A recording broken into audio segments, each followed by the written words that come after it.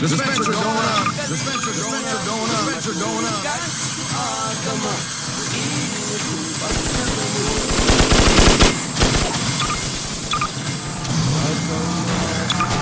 Haben Sie Übermensch?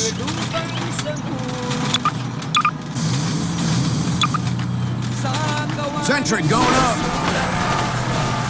Building the sentry. Get to it!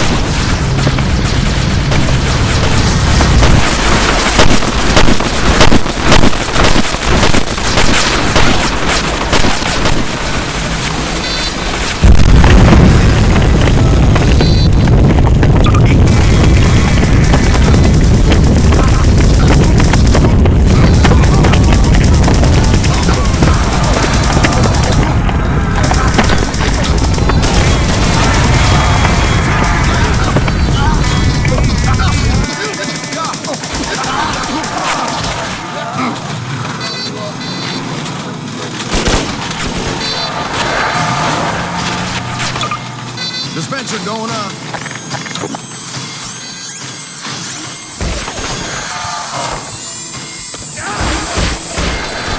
Now I've seen it.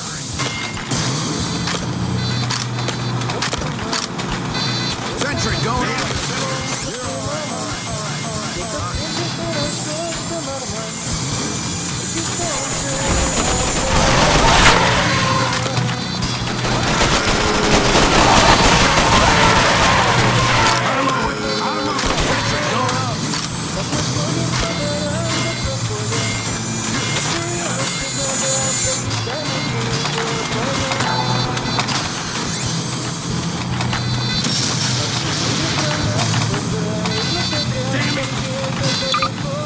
Erecting a dispenser.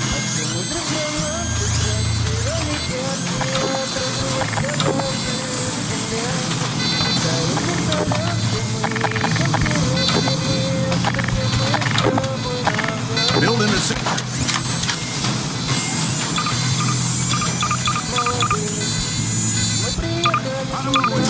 Excellent!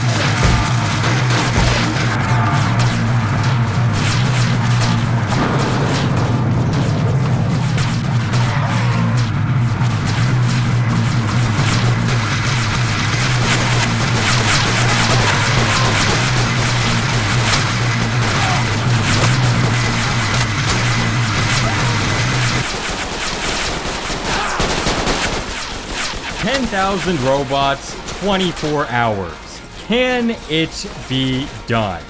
Well, yes. Actually, it's extremely easy. If you pick all the best classes with all the best loadouts on all the best maps playing only the best missions, you'll clear this benchmark without much struggle. But what if we removed all of that agency? What if instead of picking each of your own loadouts, they were chosen for you at random? What if you weren't allowed to complete the same map twice in a row and weren't allowed to choose the same mission until a full tour had been completed? And just to chuck another lifeboat into the shredder, what if you were barred from bringing any friends along for the ride? If we put all of these restrictions in play, now can it be done? Well, looky here, it's a high tour guinea pig. Those are the main tenets of this challenge. Varied loadouts on varied maps with varied missions in varied lobbies. But to make sure there are no exploitable loopholes, we're gonna specify a couple more rules. After every completed mission, I'm forced to randomize another loadout. No duh. But what if we get such an ungodly terrible loadout on such a vital class role that it prevents every team we join into from making it to the end? I don't know. It seems a bit unreasonable to be a perpetual anchor just to get 39 kills with the pain train. So I've elected to add in a deserter clause. If over 50% of my teammates decide to leave the game for any reason, be it mission fatigue or an estranged encounter with any of MVM's all-time greats, then I too must leave the game, re-queue, and grab another randomized loadout. However, if over 50% of my teammates decide to remain in the game, regardless of circumstance, I'm barred from leaving until we either complete the mission or the prior criteria is met. Other than that, the rest is pretty self-evident.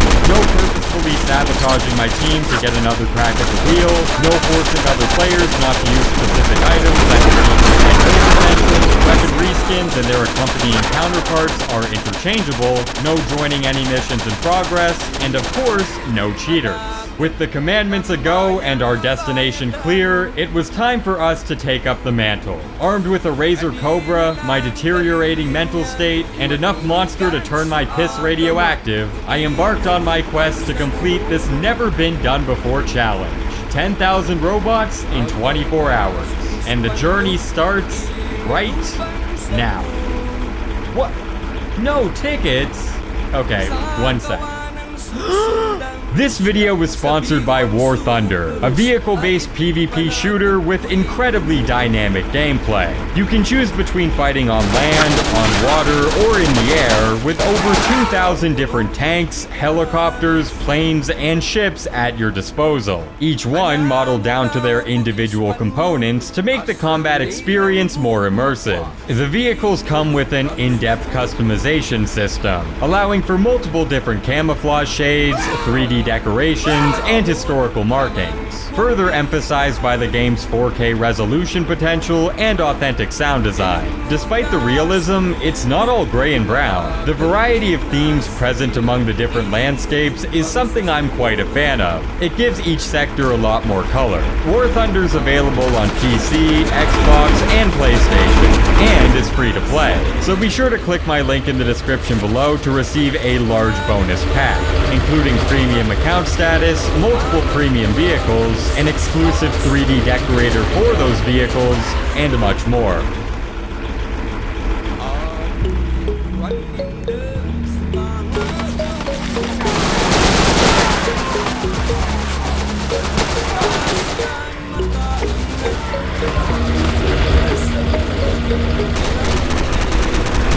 The holidays take a lot of effort.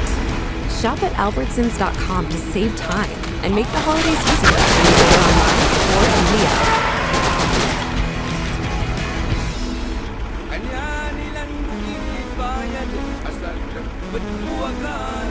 Mission 1 started off the challenge very promisingly. Me when I lie. Of the over 1,000 potential weapon combinations that exist within TF2, we landed on Spy with the Ur, the worst class in Man vs. Machine with the worst knife in Man vs. Machine. You couldn't have asked for a shittier appetizer. If the comments on my last video are anything to go by, a lot of people are unfamiliar to how this weapon differs in MDM. In PvP, the Ur Eternal Reward instantly disguises you into whoever you just backstab. But because MDM robots will always be fooled by your disguise, if the Ur translated 1-to-1, you'd never end up being undisguised when going in for chain stabs, and therefore would never be targeted. For that reason, Valve assumed that the instant disguise mechanic would be too overpowered for the game mode, so they added a minor delay to the disguise application upon backstabbing a robot.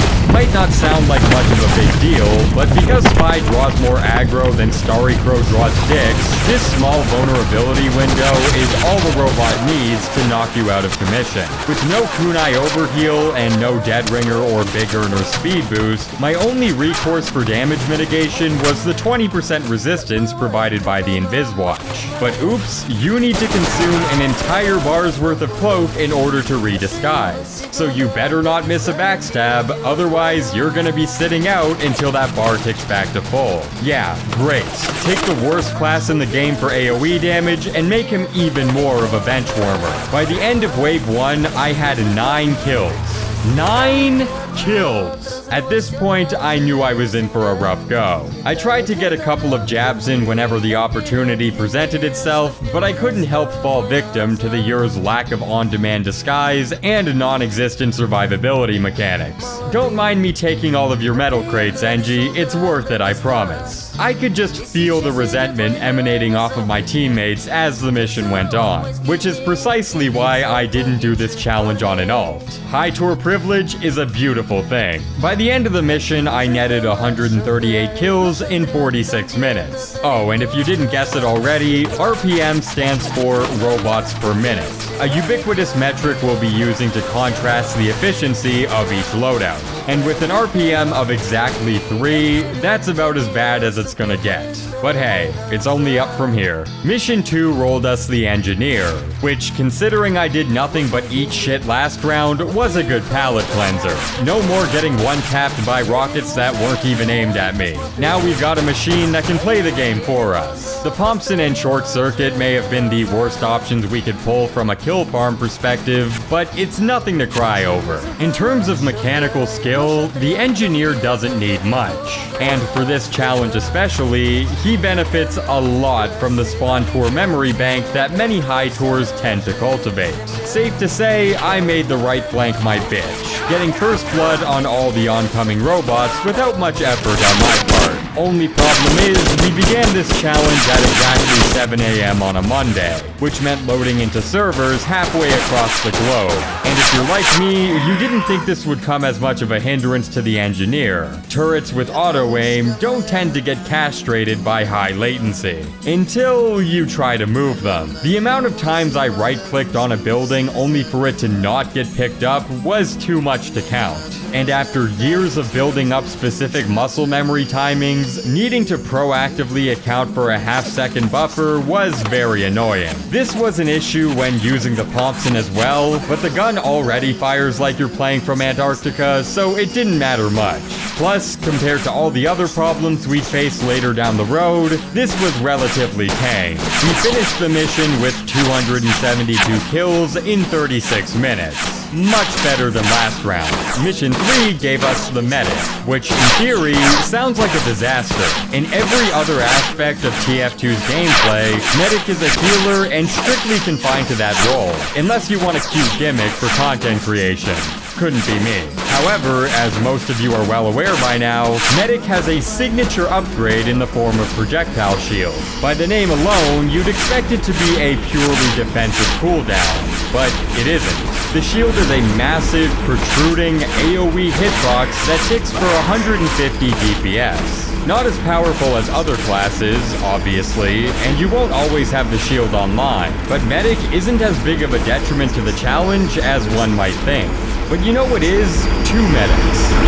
Yeah, as everyone loaded in during the pre-game setup, some random Russian dude decided to double up on the dock and refused to switch off when asked. We began the mission anyways, but before we had even a chance to soak in the implications of this team comp, one of the giant demo knights got stuck in the map. Last time I encountered this glitch was around a year ago, and was allegedly patched out a few lack of resistances, but nonetheless, we were still able to complete Hamlet's first wave, a surprisingly high bar to clear when solo queuing. But someone didn't like me fooling around. This is Vruyi, a member of Maribot who isn't a big fan of yours truly. Upon recognizing that I was playing Bottle Knight, he decided to switch to Spy and began AFKing the entire round as a form of protest. Naturally, this led to a vote kick the moment Wave 2 ended, but shocker, Vruyi didn't like that very much. He immediately rejoined back into the game, switched to Pyro, and started air blasting the bomb carrier to the hatch. Normally, this is where I'd swap to Pyro myself and start playing defense, but per the rules, that was an impossibility. All I could really do was body block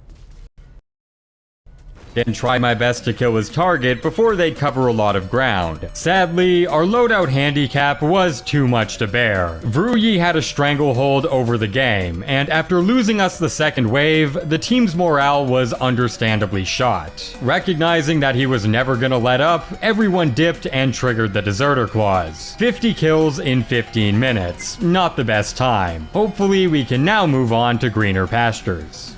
Can I go back to demo? Mission 5, another shit loadout. Great. I ended up getting the run back on Hamlet, but unlike the last group, these guys couldn't handle Wave 1. Granted, I wasn't much help either. It felt like I couldn't go 5 seconds before getting caught with my pants down. It was so bad that our team got pushed out of the frontline area before even one giant dropped onto the field. The writing on the wall was clear, and this prompted a mass exodus. It did mean I could mop up a couple of extra kills as everyone went MIA, but as a lone Spy, it was hard to put any work in, with only 13 kills in 3 minutes. I'm gonna tangent for a moment to talk a little bit about class viability, which, for this challenge, I would categorize as something like this. You may be confused as to why 6 classes with varying AoE potentials are all in the same tier, but you have to remember we're accounting for every possible loadout that any class can randomly generate. Soldier, Sniper, and Demo are the best AoE classes in the game, but they have a lot of stinkers that can muddy up their consistency. Meanwhile, Pyro, Engineer, and Heavy all have lower AoE potential, but they also have a lower percentage of loadouts that'll come in and ruin your day.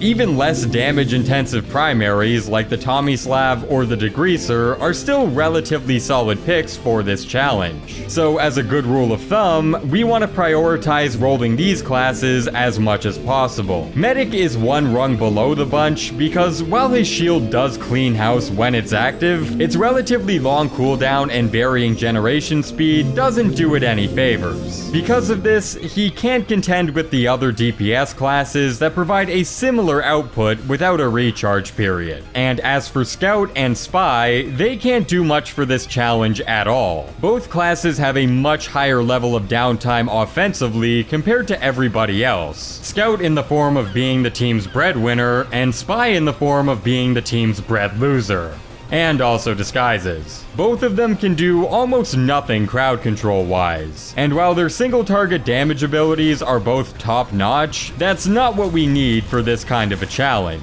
We want big hitboxes hitting big groups of robots with as much uptime as humanly possible. In that regard, they've got no tools whatsoever. For the first 5 missions of this challenge, I only landed an upper echelon class with an actually viable loadout once. So, at least in the short term, it's up to me to play catch up. Thankfully, on mission 6, the tides began to turn. While not a perfect loadout by any means, I was just finally happy to get a weapon I could shoot the ground with and win. Though I did end up going back to Rottenburg, and in hindsight, that might have been a mistake. Our pyro didn't know the strat for doubling his tank DPS, and the constant gas passer usage ate into my kill count significantly. But compared to what I had to deal with on the other classes, big whoop. By taking the high ground for maximum area coverage and controlling the flank before anyone else could get there, I finally managed to cross the 300 robot threshold within a singular mission, clocking in at a 36-minute time.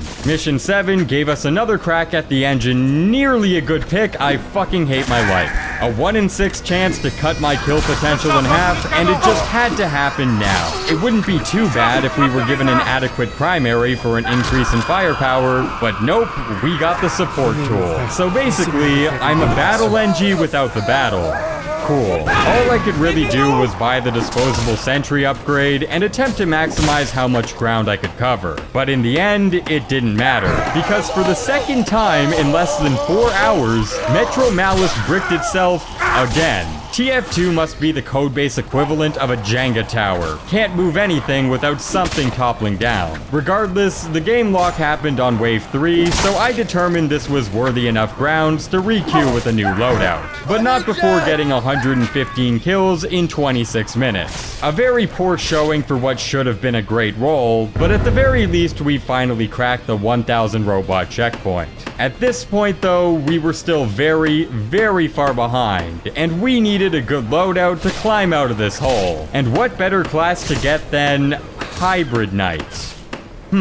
It was at this moment I realized that in my over 11,000 hours of playing this game, I can't recall ever trying out Hybrid Knight in PvE. This is because upgrades in MVM don't carry over from weapon to weapon. If you want a 25% damage boost on both your grenades and your stickies, those are two separate barcodes that you'll need to scan. For this reason, it's almost always preferable to dump your credits into one mega shit flinger rather than split those credits among multiple different options. Hybrid classes don't really fit MVM's mold, but I did have my choice on what path to double down on. Pipe Demo with a shield or Demo Knight with a grenade launcher. And after experiencing a trial of what an early game Demo Knight might feel like, I figured maxing out the Iron Bomber would be more optimal. And holy fuck do I love being right. I really did forget just how powerful the grenades were. Even without any damage upgrades, you're able to two-shot 8 out of the 9 small bot variants. And the more you upgrade your primary, the faster those balls come out.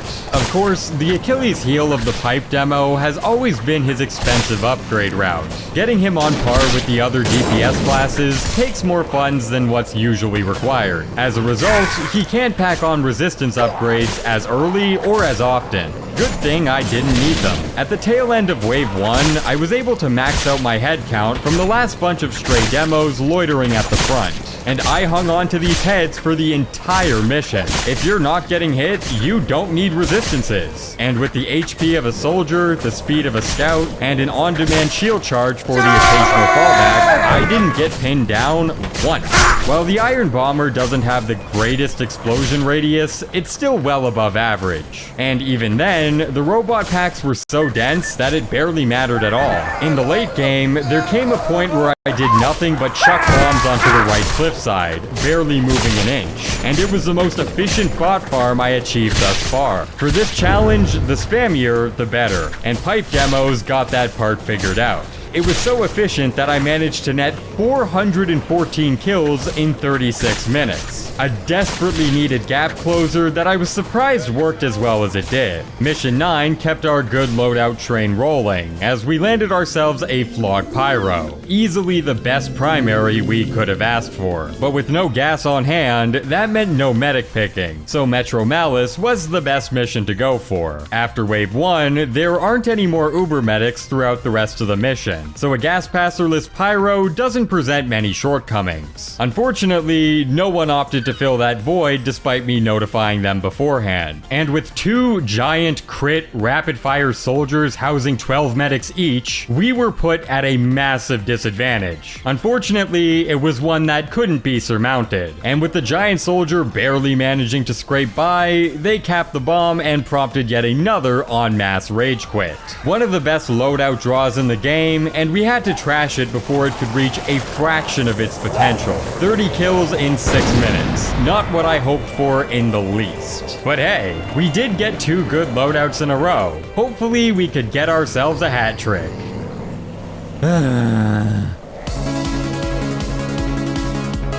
Mission 10 forced us onto the Shield Bash medic once again, and this is where I elected to be a bit more conscious of my play. Originally, I was hesitant to use Uber or share canteens with my teammates because their increased damage would encroach on my turf. I quickly realized this was a dumb mindset to have. The amount of shield charge you generate increases based on your teammates' damage output, so it's actually better to use your damage increasing abilities on your teammates, just preferably only when a giant is present. With this method, I was able to regenerate my shield extremely quickly while losing out on the least amount of kills possible. This way, I could maximize my shield's uptime when tiny robots were on the field and minimize the shield's recharge rate when they're not.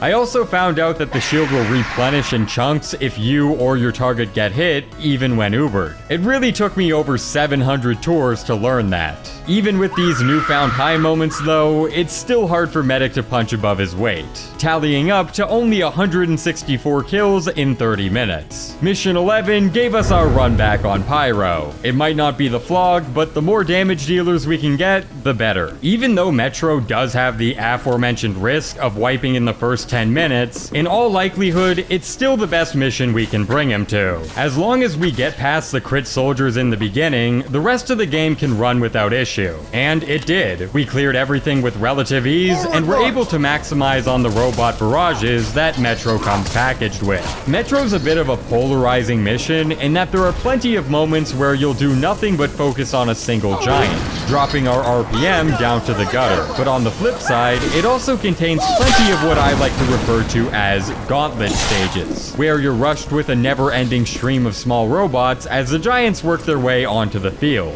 And because Pyro never has to reload, he can consistently match all the bots being thrown his way, more than making up for the occasional dry spells. By taking advantage of these brief moments as best we could, we ended with a very impressive haul of 389 kills in 36 minutes. Mission 12 landed us on Medic. Again. At this point, I was looking for ways to keep things interesting, and seeing as it finally reached midday, I figured it was about time to start queuing Mecha Engine. Specifically Disintegration, because it usually goes by pretty fast, and shield bashing was boring me to tears.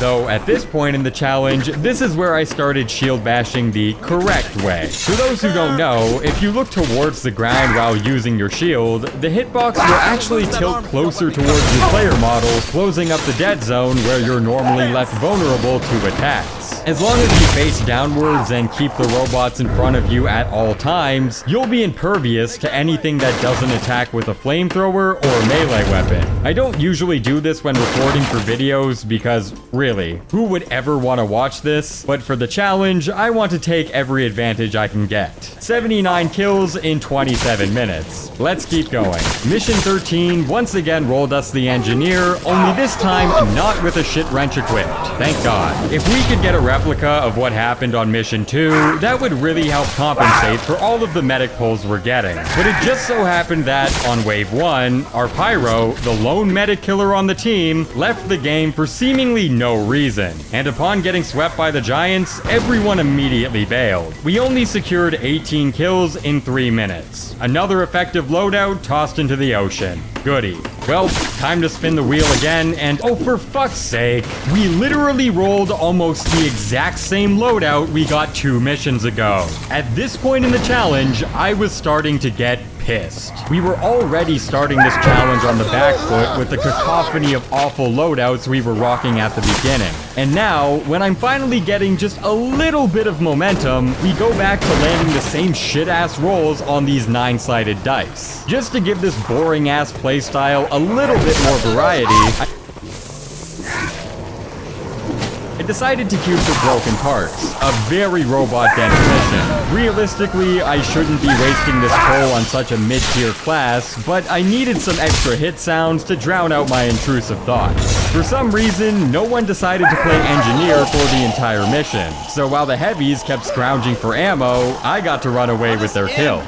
And if you think I didn't farm the fuck out of the support scouts on wave 4, you would be very wrong. We ended up netting 199 kills in 41 minutes. Honestly, it could have been worse. Mission 15 put us right back onto Pyro, and Manhattan seemed to work well last time, may as well try it again. The back burner on this map is especially brutal. As long as your teammates are close enough to hold aggro, it's hard not to have an infinite supply of crits. At this rate, we're on track to farm just as much playtime with Pyro as we're getting with Medic. But unlike Medic, he's putting in the numbers, so I can't really complain. 378 kills in 41 minutes. Very good indeed. But of course, Mission 16 just has to ruin our fun with another proc of the mini-Sentry NG. It feels like I can't complete 2 full missions in a row without a bad loadout shoving itself in afterwards. At least the generator was courteous enough to give us an actual shotgun this time around, but I'm so fucking tired of looking at this metal arm. Luckily, I didn't have it on for all too long, because I found myself queuing into a group that was just as hasty as I was to get the mission over with. The F4s on every wave from every player were borderline instant,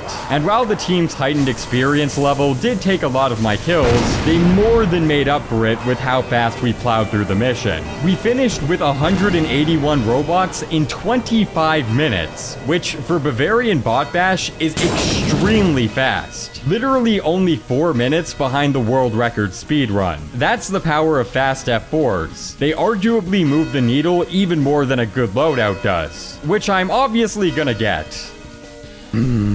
Okay. Can someone please explain to me how I've gotten Medic on 5 different occasions, yet Scout, Sniper, and Heavy are all 0 for 17? And even ignoring that, I've rolled every Medigun in the game except for the Quick Fix. The one Medigun that trounces every other option in the domain of shield bashing by a fucking mile. I know there are worse positions I could theoretically be in, but every time I'm forced into locking Medic, the gap between my projected kill count and my actualized kill count gets wider and wider and wider. I keep waiting to get a series of loadouts that might just be able to chew through the deficit, but every time there's a fork in the road that halts any potential headway I could make. Whatever, I'm done talking about the intricacies of shield bashing. Could write a PhD thesis on this shit by now. 194 kills in 36 minutes, get me out of this goddamn purgatory. Salvation. This holiday, she's not settling for anything less than the triple treat box from Pizza Hut, featuring pizza, breadsticks, and dessert, starting at $19.99. Get the holidays delivered with Pizza Hut. After over 8 hours of the randomizer being prejudiced against Australians, they finally threw us a bone. But not just any bone, the biggest bone. The Hitman's Heatmaker, arguably the best weapon in all of MVM, with the Cozy Camper, Sniper's best secondary in MVM, with an open mission on Big Rock, Sniper's best map in MVM. Now I really feel like a moron for wasting broken parts on Medic, but Bone Shaker's a good bid nonetheless. Even better, the engineer decided to place his dispenser right next to the rock, so ammo management was no longer a concern. What was a concern, though, was the fact that I suck shit as Sniper. Most of the time I was just waiting for the easy-to-hit heavies to make their way into my sightline so I could farm residual kills off their easily trackable hitboxes. We also had 2 gas passer pyros on the team, and I couldn't beat them to the punch on many of the harder-to-hit targets, but even the more lackluster segments still gave a much-needed boost. 416 kills in 34 minutes, our highest RPM yet. Hopefully the bad RNG marathon ends here. Hopefully I start shutting my mouth. Can we please go more than 1 hour without a shank, a metal arm, or a radiation rectangle? No bullshit? I'm not having fun anymore. Of all the repeat loadouts the cockeyed generator could possibly actually give us, it just had to be the gunslinger and the Ur. I made do with what I could and was getting the rotations down a bit better, but we're still playing Spy in an AoE focused challenge with a broken leg.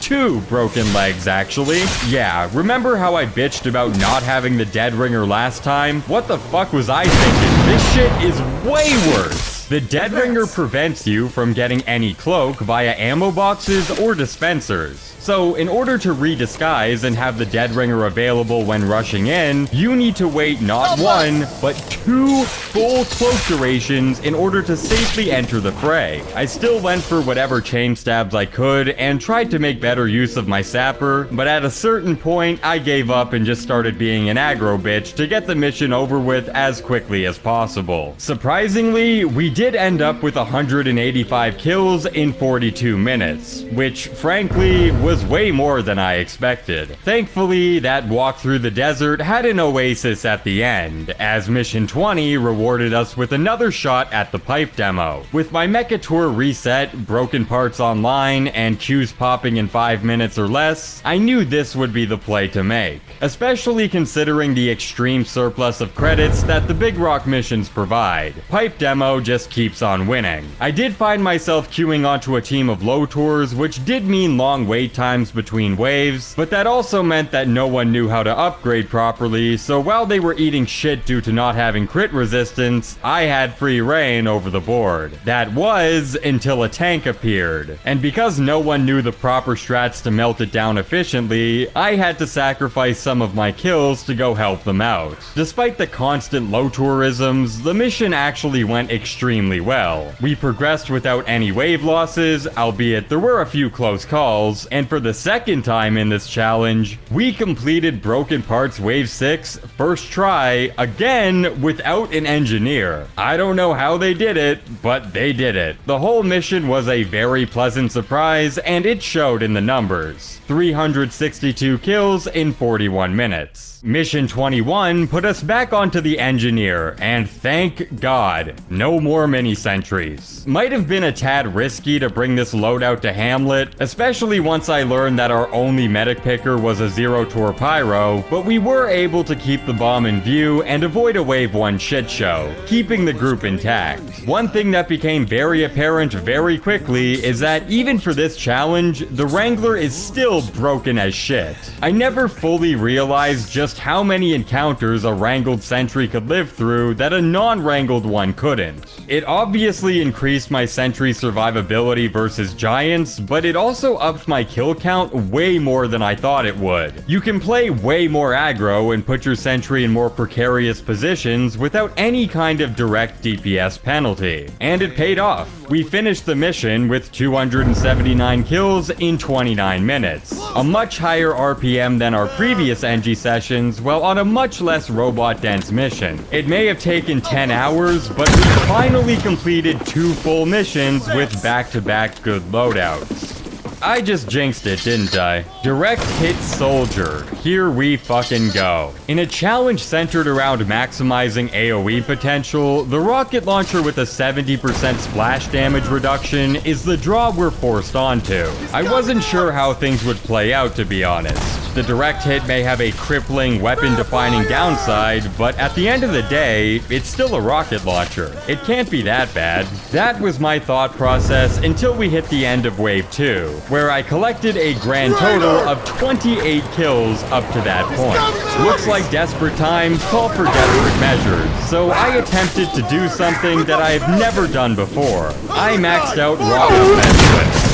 The horror. Typically in Man vs. Machine, you only want 1 tick of the rocket spec upgrade, as that's enough to remove all damage fall off and apply the rocket stun on hit, the 2 most important elements of this 4-pronged upgrade. However, what many people don't know is that each added tick of the upgrade comes with a 15% boost to your rocket's explosion radius, which usually isn't worth 300 credits, but for this challenge, what other choice do we have? You still have to be far more precise than any other rocket launcher, but being 100% on the money every time is no longer required. Though, with the very heavy cost of 900 credits, maxing it out severely hampered our damage capabilities. Similarly to the Mini-Sentry Engineer, the direct hit cuts our killing efficiency to around 50% of what it otherwise would be, getting only 230 kills in 40 minutes. Pretty rough.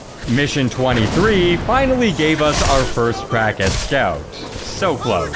Yeah, we're taking this one back to Decoy because I have no clue how I'm supposed to make this work. You'd think that the Criticola being invalidated by the backscatters mini-crits would be the main issue, but with how often I was getting targeted for camping behind the robots, I wasn't landing them much to begin with. For that reason, the Criticola filled more of a niche than expected, until the soldiers switched to the buff banner and we traded one redundancy for another. It was obvious from the get-go that this would be an abject waste of a loadout, and that's why we took it to the shortest mission in the game. We got 51 kills in 18 minutes. Our worst RPM for the challenge so far, but at least it was short-lived enough for it to not be too big of a pain point. Mission 24 finally gave us some good fucking food. The second best rifle in the game with an open tab on Big Road. What could go wrong? Well, from the onset, it appeared quite a lot.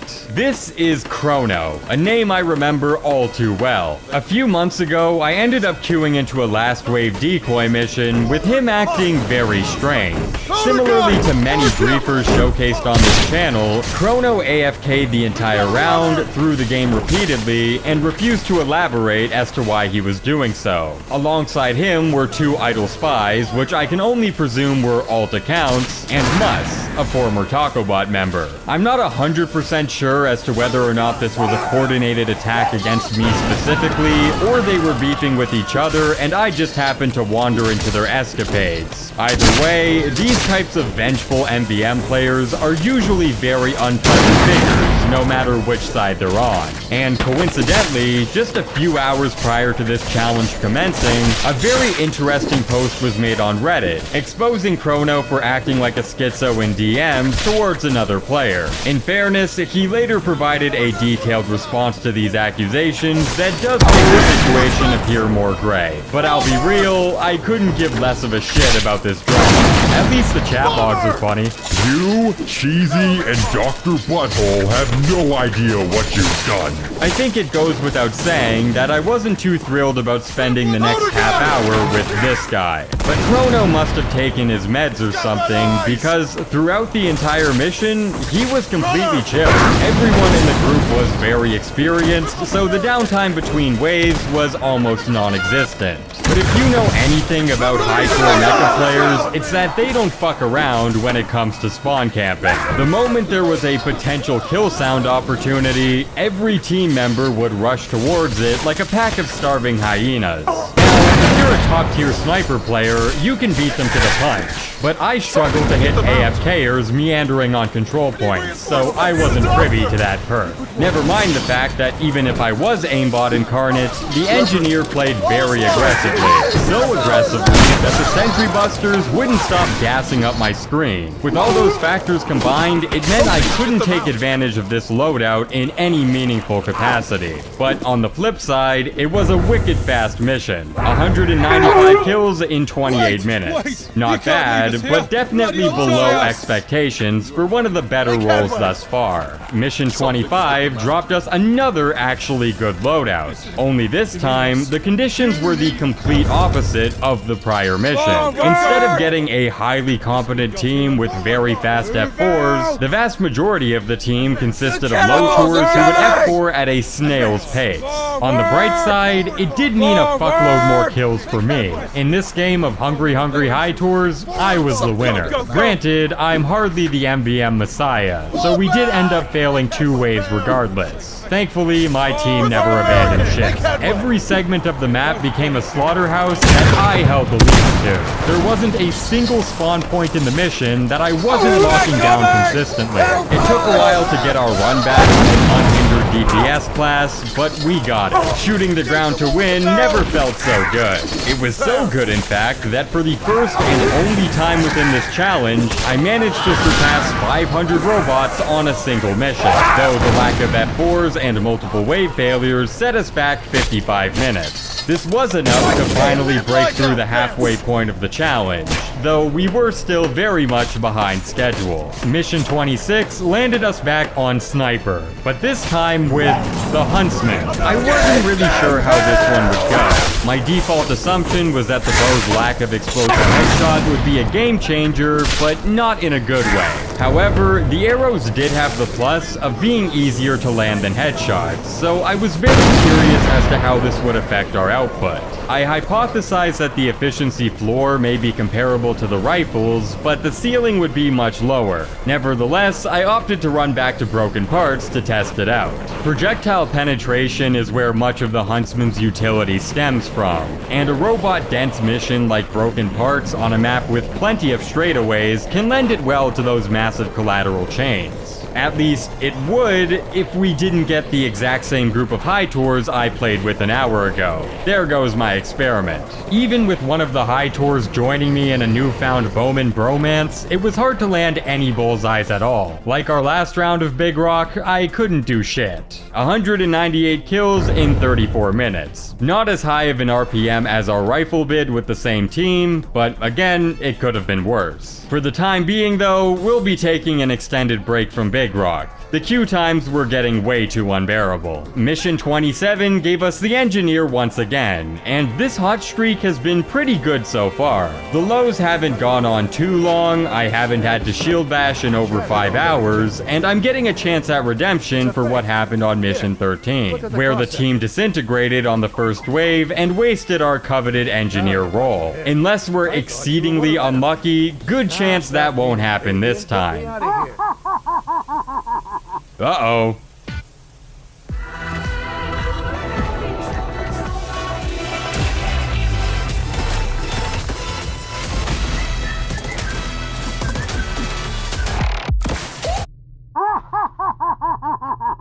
Uh-oh.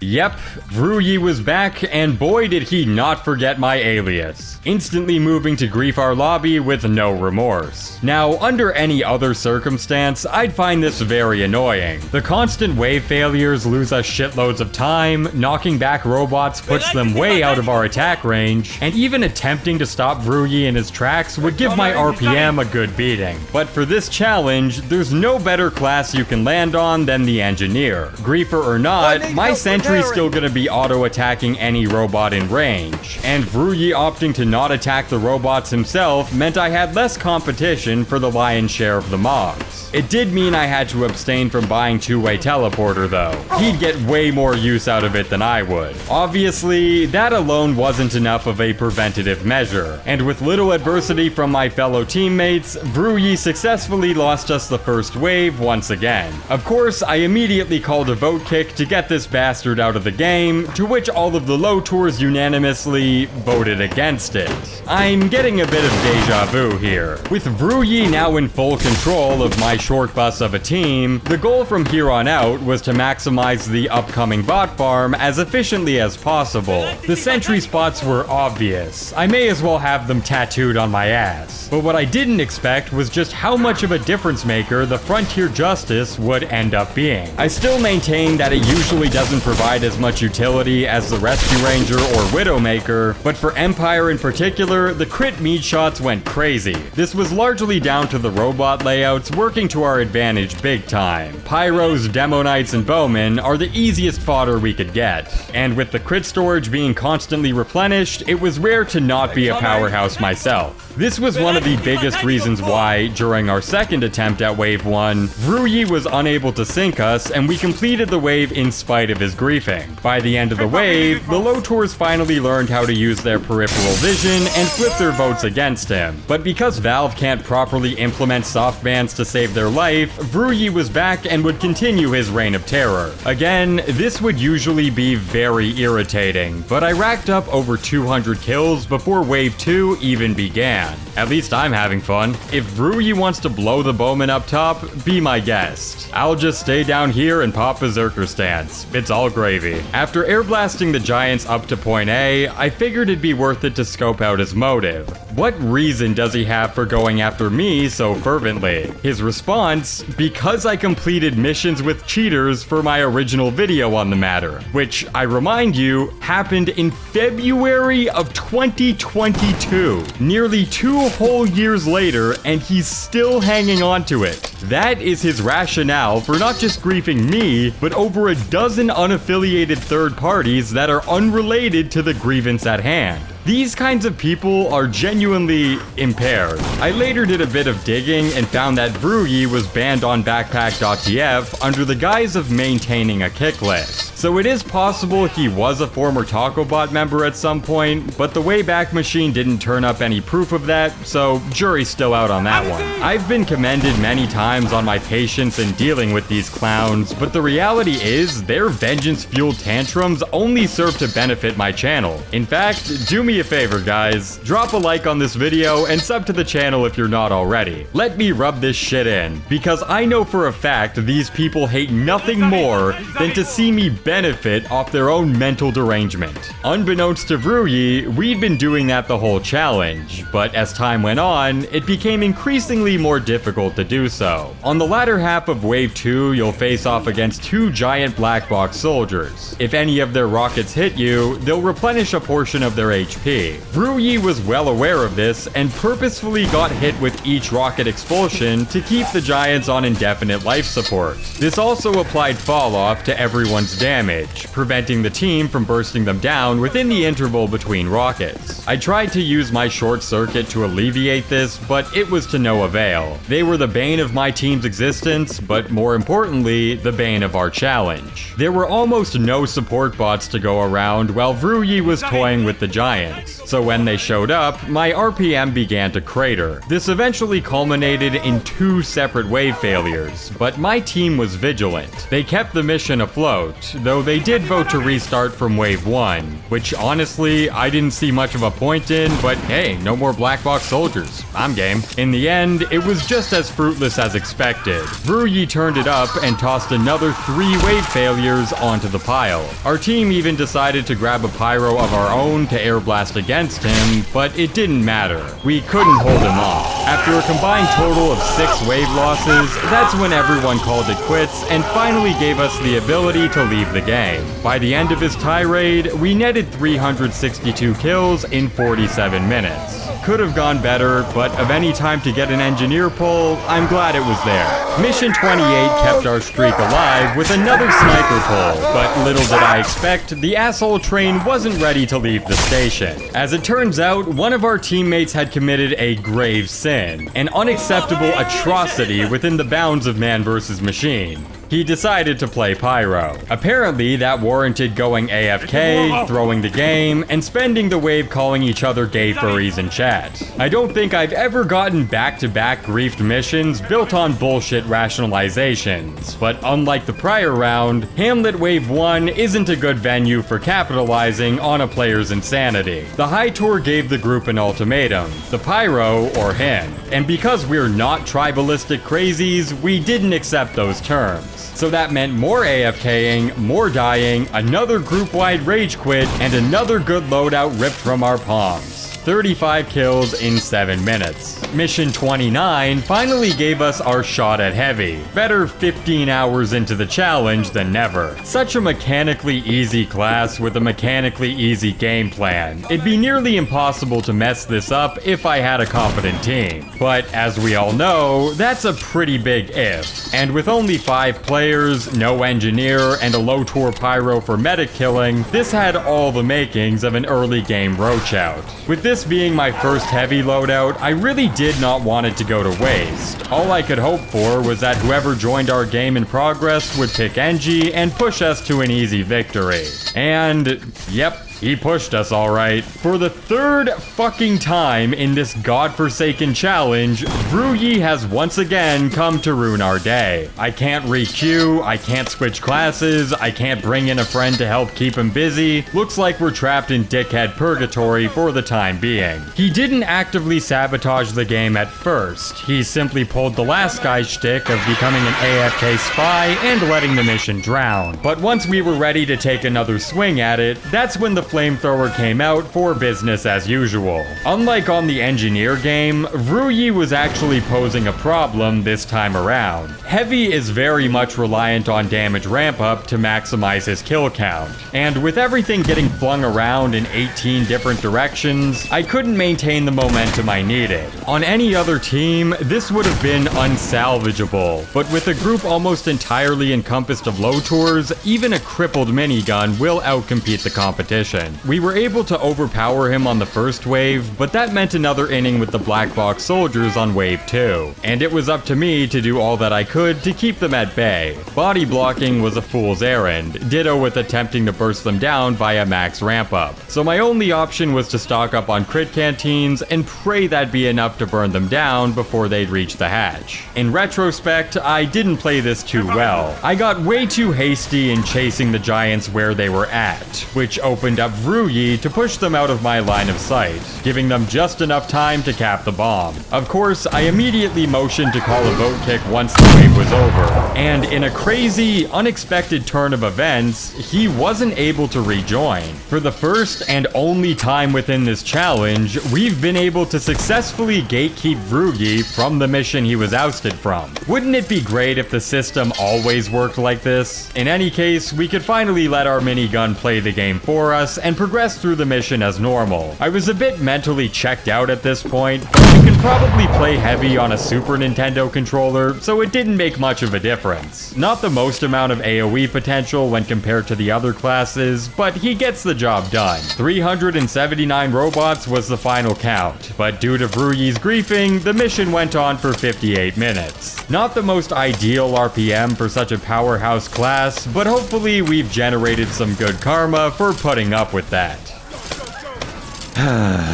Well, it was about time I was forced back into the Shield Bash prison, because of course that's what I need right now. Rocket launchers, sticky bombs, rifles, miniguns, those are for chumps. Let's all stand rectum to rectangle while staring at the floor for half an hour. Clearly the peak of what MVM has to offer. 158 kills in 31 minutes. Another fork in the road. But on the bright side, we did get a professional killstreak rainblower kit.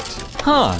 The universe does listen. Mission 31 put us back on course with Pyro, and back to Manhattan we go. It's a tried and true strategy that may be a bit repetitive, but we really need to start gunning for the easy, high RPM increases. Map variety be damned. And hey, we finally got a good loadout without needing to deal with a griefer's ego-satiating crusade. Unfortunately, it didn't go as smoothly as planned. A couple of players on the team decided to leave for what appeared to be no reason at all, which prompted all of the other players to restart the mission? I don't know why we did this, but whatever, I was overruled. There are worse classes this could have happened on, but I was just so over wasting any more unnecessary time. 387 kills in 48 minutes. A pretty good haul. Who knows, maybe the streak's back on. You know, maybe I should stop talking. In almost every way possible, this has to be one of the worst loadouts you could possibly nab for this challenge. I can't stress just how unfun the Babyface's blaster is within MVM. If using this gun in PvP turns every enemy into a Natasha heavy, using it in MVM feels like fighting 15 Natasha heavies at once. That's even ignoring how we landed on the pistol and the bat for our other weapon slots. Probably the two worst bids we could have asked for. My only chance at landing a finishing blow was to land a close range meat shot on already damaged robots. It's like that with all of Scout's primaries, but you could always jump in and out of the danger zones at will. But the BFB, it doesn't fuck with that whole verticality thing. So because I couldn't jump in to mitigate damage without losing my boost, I had to reinvest in resistances to even survive the close range altercations. My damage was nerfed, my movement was nerfed, and I still had to run around and collect money for the team. I would have labeled this mission the definitive low point of the challenge, if if not for the godlike team I had been blessed with. They were incredibly competent with very fast F4s, so the mission didn't linger on too long. And thank God for that, because we only managed 91 kills in 27 minutes. Thankfully, we got our old reliable back on mission 33, with a near identical loadout to the prior pyro loadout we were given. Didn't shake up the gameplay all that much, but it's no big deal. I'm just happy to finally get a loadout that gave decent RPM, for a wave and a half. Yeah, the moment we lost point A and began getting pounded by the soldier packs, my teammates weren't too keen on sticking around. Once everyone but one dude decided to call it quits, I had to fold this ace once again, with only 59 kills in 12 minutes. Mission 34 at least gave us the run back on sniper. Just a shame we're back to using medieval weaponry. The one sniper primary in the game without explosive headshot, and we've rolled it twice now. Something tells me this generator is bugged. I opted for bot bash because there aren't any uber meds, and Rottenberg seems like it'd play well to the huntsman's niche. The bows are all about lining up as many robots as possible and headshotting all of them in one go with the penetration upgrade. With bot bash having no shortage of low health targets alongside the robots following the bomb in a near uniform path, the chain kills were rolling in like mad. Though, fun fact, the huntsman has this bug where if you ever buy the projectile penetration upgrade and just so happen to be shooting while invulnerable, the arrows will miraculously break.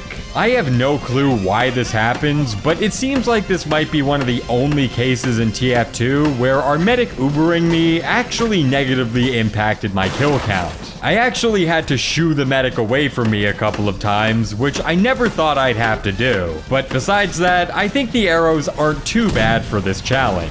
I was still relatively frail, and the huntsman's comparatively strained AoE potential didn't help matters, but I achieved about what I was expecting: 278 kills in 33 minutes. Now, if I could get an AoE class without a debilitating primary for this challenge, that'd be great. I might kill a man someday. Mission 35 was another direct hit pull. Just fucking great. Pour more gasoline on me while you're at it. Fuck, I wish. Whatever, I just went with the same maxed out rocket specialist plan I used in Mission 22. The results ended up being pretty similar. 204 kills in 33 minutes. At this point in the challenge, I was burying my face in my hands. I mean, just look at this chapter alone. We've had 3 griefed missions, a good loadout we had to chuck 20% through the mission, a shit loadout, a subpar loadout, and 2 games in a row where I get weapons that are the antithesis of each class's AoE potential. After this conga line of ass whoopings, I needed to take a break and do some calculations. I genuinely didn't have any idea as to where my standing was within the challenge. Frankly, I was unsure if it was even possible to win based on how much we were trailing our projected numbers.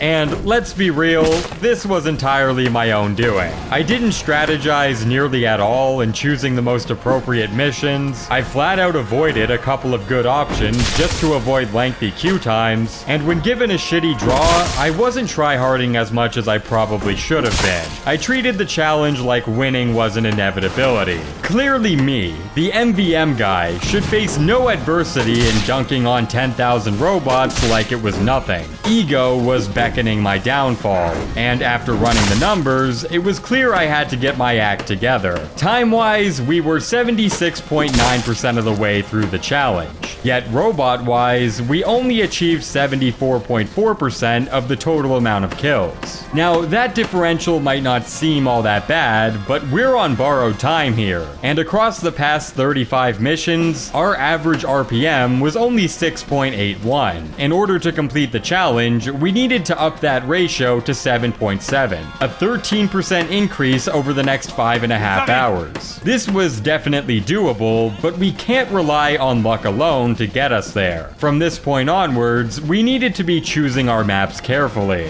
The 2 big missions we want to maximize to the fullest are Broken Parts and Bavarian Bot Bash. as they have the highest amount of robot density within them. These are the big ticket plays where we should only be bringing the most efficient classes available. Hamlet Hostility and Disintegration, on the other hand, will be doing the exact opposite.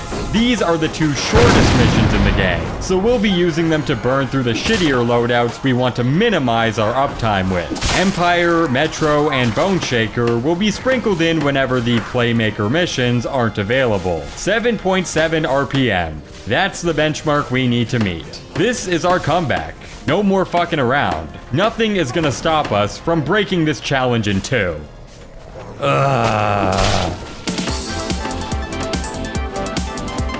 Right off the bat, I needed to burn one of my throwaway missions, so Hamlet Hostility, we went.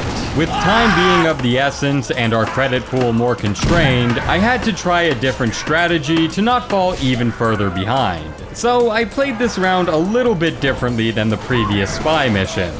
Every single time I died, no matter the occasion, I would stock up on ammo refill canteens. Now, this sounds pretty dumb. The knife doesn't use any ammo, and we've been keeping the revolver in our pocket the whole time. Why would ammo canteens do anything at all? Well, a lot of people are completely unaware that these canteens instantly restore the charge of your sapper. So for every 25 credits I churn out, I'm given a free AoE stun that I can pop whenever I want. This would guarantee me at least a couple of stabs whenever the field was empty, and with how much our team got pushed back, I had plenty of opportunities to make use of it.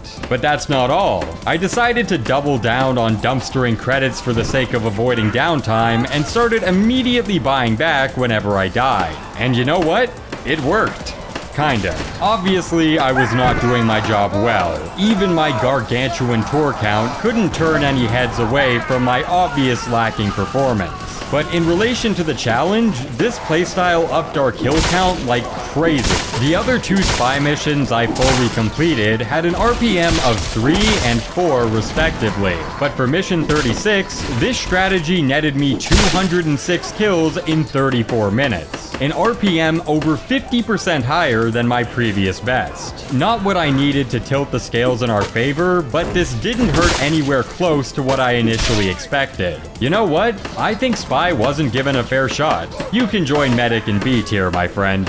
Ah, fuck, I spoke his name. Well, it looks like we're burning through our second throwaway mission in a row. This is pretty bad news for the challenge. If we get another shitty loadout within the next couple of rolls, we'll need to bring it to an actually good mission. I did try to experiment and find some kind of hidden tech to up my kill count like I did for Spy, but nothing really came to mind. Best I could do was spam Uber canteens on myself to get a couple more melee bot kills every now and again. But I think that goes without saying that it didn't affect the outcome all that much.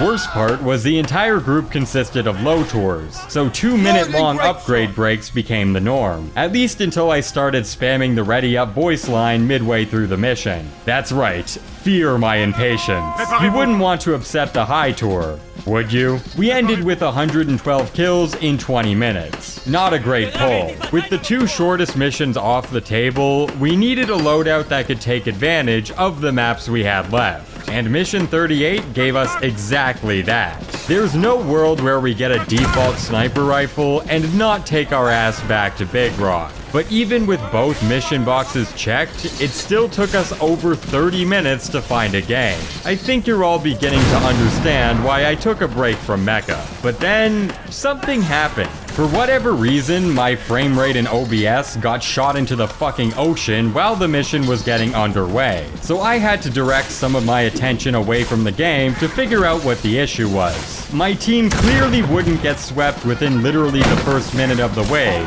right?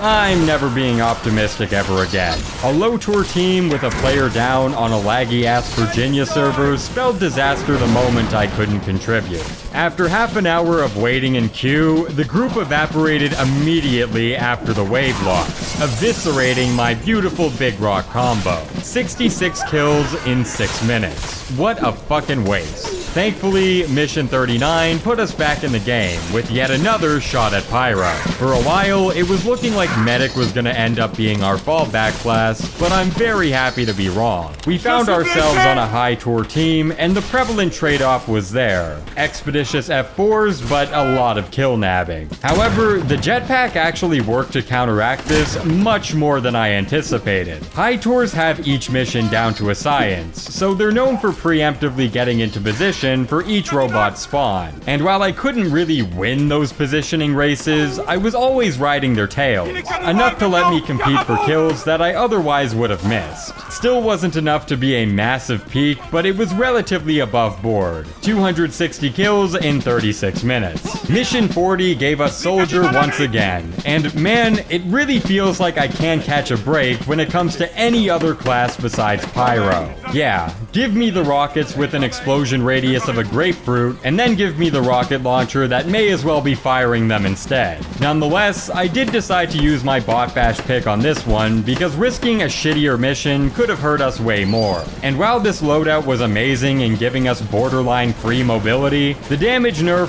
really took its toll. 25% is a massive burden to deal with. Robots that would normally get 2-shotted now require 3, both decreasing my kill expediency while simultaneously increasing my need to reload. Luckily, we can offset that by the endless soldier flood that happens on Wave 2, where even despite the rocket's damage nerf, we can still farm dozens of kills per minute. Or I would be able to, if not for the fact that we had not 1, but 2 heavies on the team. A very unusual comp for bot bash. Because miniguns do fuck all damage to tanks, that meant the responsibility was on me to focus them down. Later on in the wave, one of the heavies did switch over to Pyro, so it wasn't a concern moving forward, but it's not an exaggeration to claim that this one tank might have costed me like 75 kills. We eventually were able to upgrade the Liberty Launcher to the point of 2-shotting most robots, but it really did feel like we were playing with a wave's worth of credits behind. At the end of the day though, a nerfed rocket launcher is still a rocket launcher, and upon completing the mission, we managed 369 kills in 33 minutes. Nothing serious to complain about. Okay, now we can complain. Per the rules, I'm unable to go back to Rottenburg after completing the last mission, and Decoy also isn't on the table, so it looks like we're shield bashing on Metro for the time being. At the very least, we got the vaccinator so I could purposefully let my teammates die and instantly revive them for immediate shield charge. I debated on whether or not this should be allowed, as one could argue it does break the no sabotage rule, but with the vaccinator specifically, I don't really agree. You're giving the entire team a substantial benefit for a tiny loss in DPS. Personally, I think it's fair game. The gauntlets were where I got most of my kill mileage, particularly on waves 4 and 5, but in the end, it just didn't cover enough ground. 176 kills in 35 minutes. Yet another mission below the 7.7 RPM that we needed. At this point, I was beginning to worry. We're 3 hours into the challenge since we last calculated the numbers, and not only have we not increased our RPM at all, but we've actually slightly gone backwards. We already had such a low margin for error, and now it's getting even worse. We're down to the fucking wire on this one. We need an optimal loadout now more than ever.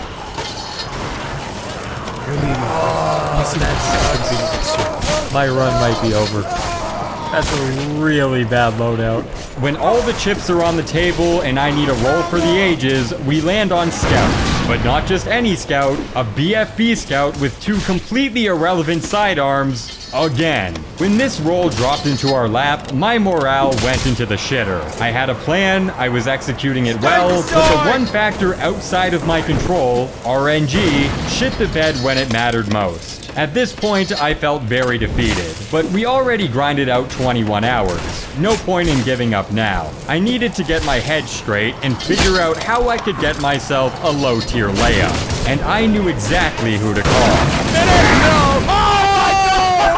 This is Peanut. He's the best Little Mac player in the world, and if you know anything about Smash Bros, you know this character sucks dick. If there was anyone in the world who could help me succeed with this loadout, it'd be Peanut. If there was anyone in the world who could adjust my mental for this mission, it'd be Peanut. If there was anyone in the world who knew how to salvage such an unfortunate role, it would be Peanut. Honestly, dude, I think you should just kill yourself. With those wise words of encouragement, I was finally ready to step back into Rottenburg. At the very least, Hamlet was open, so I wasn't forced to trudge it out on a longer mission, but I swear it felt like half of my kills just came from camping the sniper bots. They were the only tags I could get without issue. And look, this loadout sucks shit out of the balls of Christ. No one will deny that. But my prayers for better RNG had at least been somewhat answered. I got a fair bit of experienced players on the team that all F4'd almost immediately. A stroke of good luck that we desperately needed. I also opted to spam buybacks as we did on the last Hamlet mission. I figured that if it helped our spy gameplay, it'd probably move the needle in a similar fashion for Scout. My gameplay eventually revolved around being wherever my team wasn't, even if that meant only getting a couple of kills periodically. It was better than having them all mopped up before I had a chance to get there. This was especially the case on the last wave. While everyone focused on the 3 tanks, I was camping the front lines for any prey I could get my hands on. This 4-minute period was responsible for around a third of my total kills. And I've said it before, it could have been way worse. We netted 150 kills in 26 minutes. Still a massive downgrade, but we do have more work to be done.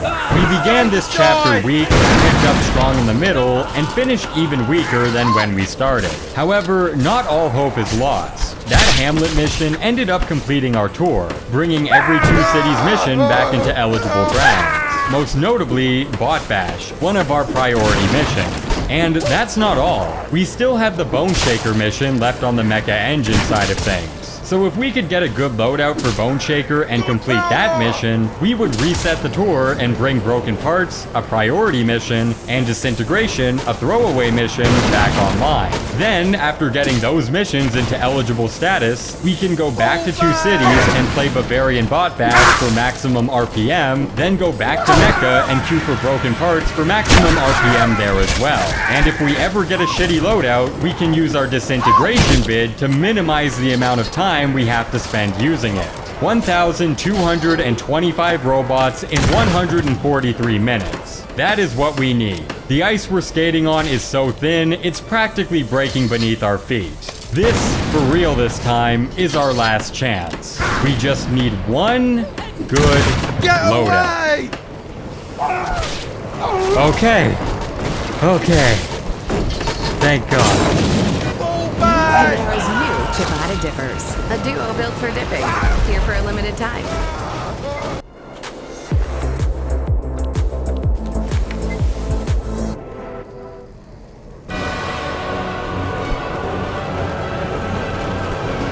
Listening to my reaction, you may have assumed that my elatement came from rolling the Scottish Resistance, but the whole time I was eyeing the lock and load Islander combo. I hadn't forgot about Mission 8 at the beginning of the challenge, which was one of my highest RPMs throughout this whole journey. Going in, I was fully expecting to do another round of hybrid knighting just without a shield, but then my high tour brain knocked some sense into me and realized maxing the sticky launcher was the much better call, especially on Big Rock, where literally everything comes out of one cave, and we have an easy perch to set up stickies from. It was actually quite similar to how we'd exploit Explosive Headshot. A bit more setup involved, sure, but in exchange, aim became a non-factor. That didn't mean we were going to ignore the Islander though. We wanted those heads as early as possible, and thanks to the spy bots that showed up, we managed to farm 3 heads before Wave 1 even ended. The speed increase would give us much needed agility to get out of dodge if I ever drew too much aggro. Thankfully, it didn't happen all that much. I had the cave locked down pretty much the entire mission. As long as my sticky piles were spread out enough, very little would survive. We even had a Flog Pyro, which meant I never had to waste any time getting on tank duty. Meet the new rock, same as the old rock. I did this virtually the entire mission. camping the left side of the map and detonating whenever a robot orgy was plastered in front of me. It was free, it was easy, and it also took way longer than one would hope for. One of our teammates ditched us at the beginning of Wave 1, and because it was late at night, we didn't get a replacement until Wave 5. Gameplay-wise, this wasn't really an issue. Our team was relatively competent, and I'll never bitch about having one less player to compete for kills with. However, in MVM, Valve has a check in place to where you can't begin a wave with 5 players, even if everyone decided to ready up. This costed us 5 minutes over the course of the mission, which may not seem all that bad, but that's over 3% of our remaining time that we just had to throw away for basically no reason. Regardless, we still managed to get through the mission with little issue, especially on Wave 6 where we could one-shot the giants by using crit sticky piles with a 2-way teleporter. It didn't add much to the kill count, but it shaved off a fuckload of time. Of all possible instances to get the Scottish resistance, it couldn't have come at a better time. In the end, we netted 375 robots in 37 minutes. A much needed boost, but with bad RNG, it could be too little too late. My track record on getting 2 good loadouts in a row has been shoddy, to put it mildly. At no point in the past 22 hours have I gotten 2 loadouts that netted 300 kills back to back. And with 850 kills needed in at least 106 minutes, we would need to break that curse if we ever wanted to survive another low-tier roll. And who else to break that curse but Pyro? Flog Pyro. Wait, that's actually kind of a problem. The Flog is one of the best weapons in MVM, and especially for this challenge. But it also happens to be a bit at odds with our current strategy. Of all 195 weapons in TF2, the Flog is ranked number 1 when it comes to melting down tanks. So if I queued into Bot Bash and this was the primary I was wielding, everyone would be expecting me to Gorilla Glue myself to the tanks. If I didn't, that could potentially cause issues. I looked at this as way too risky a move to pull this late into the challenge. So we took our ass back to the combo that served us well the whole time. And just to be extra safe, I maxed out my crit canteen so I could take care of the Uber medics with the 3rd degree if needed. Thankfully, it wasn't.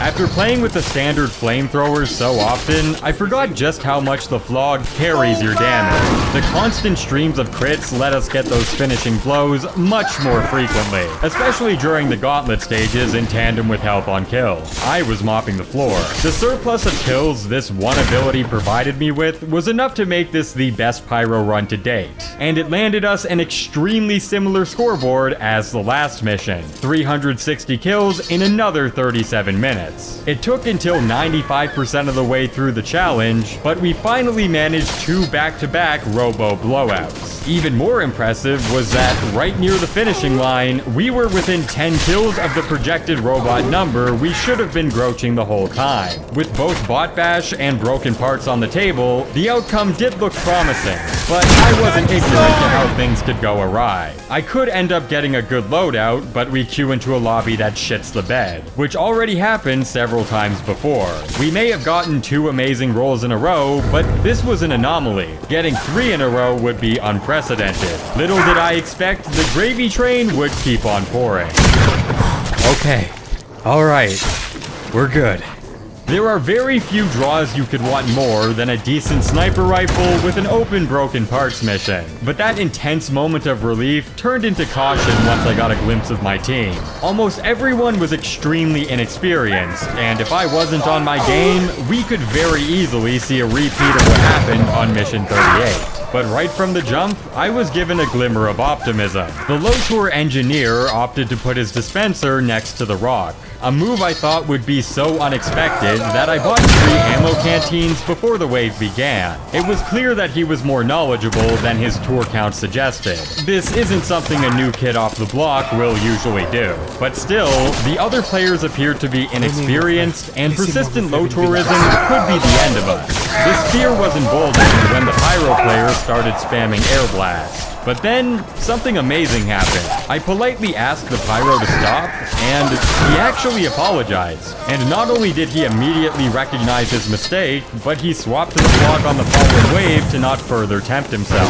But it wasn't just him. I asked my team to be a bit more quick-handed on the F4s, and when I gave that suggestion, everyone readied up within seconds. Getting a team that communicates this well is more rare than the Australians were chasing. It wasn't all easy going though. We did get pushed back a couple of times, and not gonna lie, I'm still a pretty bad shot when it comes to sniper. But overall, nothing went seriously wrong. I may have been missing a good chunk of my shots, but once a robot heavy got onto the field, I could use them as easy lightning rods for explosive headshots. I used this to great effect in both Waves 4 and Wave 5 especially, but Wave 6, that's where trouble could happen. This wave is a massive difficulty spike that destroys most inexperienced lobbies, and it's not like I could carry much either. I can barely headshot a soldier bot with a wiggling helmet, never mind a dozen super scouts charging forward at Mach 9. If there was any wave that was going to sink us, it would be this one, but I did know that this was a team I could work with. Before the wave began, I informed our pyro about the double tank damage strategy via aiming upwards, and he immediately put that shit into practice. Thanks to the fact he had a working set of eyes, that gave the rest of our team enough leeway to put our crosshairs on the robots that matter. All of the super scouts died pretty much instantly, and while the heavy meta combos did make it far, they didn't get more than 2/3 of the way into the map. We made it to the final stage of the wave. All that was left were the 10 soldiers and one of the bulkiest tanks in the gang.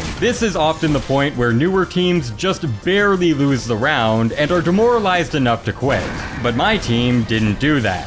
I had completed Wave 6 with almost an entire group of low tours first try without any kind of carry on my behalf. They basically did this all on their own, and taking everything into consideration, that was the greatest blessing of them all. The 1 in 9 chance of rolling sniper was lucky, as was avoiding the bows and the classic. But landing on the most pleasant low tour group I'd played with in years, right at the end of the line, that wrapped up our good RNG with a nice little bow. These players have definitely earned their stars, but I haven't earned mine quite yet. Big Rock gave us plenty of kills. 432 to be exact, in a third consecutive 37-minute long mission, by the way. But that wasn't enough to clear the challenge. We still had 58 robots left to go, with only 32 minutes left on the clock. Enough for one mission and one mission only. A single question remained. Could it be done? Well, come on. Of course it can. For the sake of content, I would have loved to have failed Wave 6 over and over again to give the video a more tentative ending, but the low tours, they knocked it out of the park. Even worse was that I apparently didn't hit my record bind when I was rolling for my final loadout, which ended up being this. Do know that as I was going in for my final draw, I said aloud, the only thing that could rob me is the rocket jumper, and had a mini heart attack when the soldier popped up on my screen. In any other circumstance, I'd bitch about the direct hit again, but we're 58 kills away, so who really cares? At least we were 58 kills away until our team decided to restart the mission at the end of Wave 1, which wipes the scoreboard up to that point. So now the magic number is 21, I guess. From a video perspective, this is the worst chain of events you could get for a satisfying ending, but you've read the title and you know how this ends. After hours of M1ing, shield bashing, waiting in queue for 5 AM Big Rock lobbies, and yelling at Taiwanese children to F4, we finally, at long last, completed the challenge. 10 motherfucking bitch-ass 1,000 robots killed. Like ordering from the value menu, but actually good food. The $5 original Pollo Bowl, only at El Pollo Loco. In 24 hours. Shut the fuck up, you stupid bitch. It had been done. With a collective time of 23 hours and 38 minutes, we finally killed 10,000 robots. What a fucking ride. I'll be honest, when conceptualizing this challenge idea, I didn't think we'd come even remotely close to failing. Might sound like I'm huffing copium, but I'm really not. TF2 videos of this ilk tend to go one of two directions.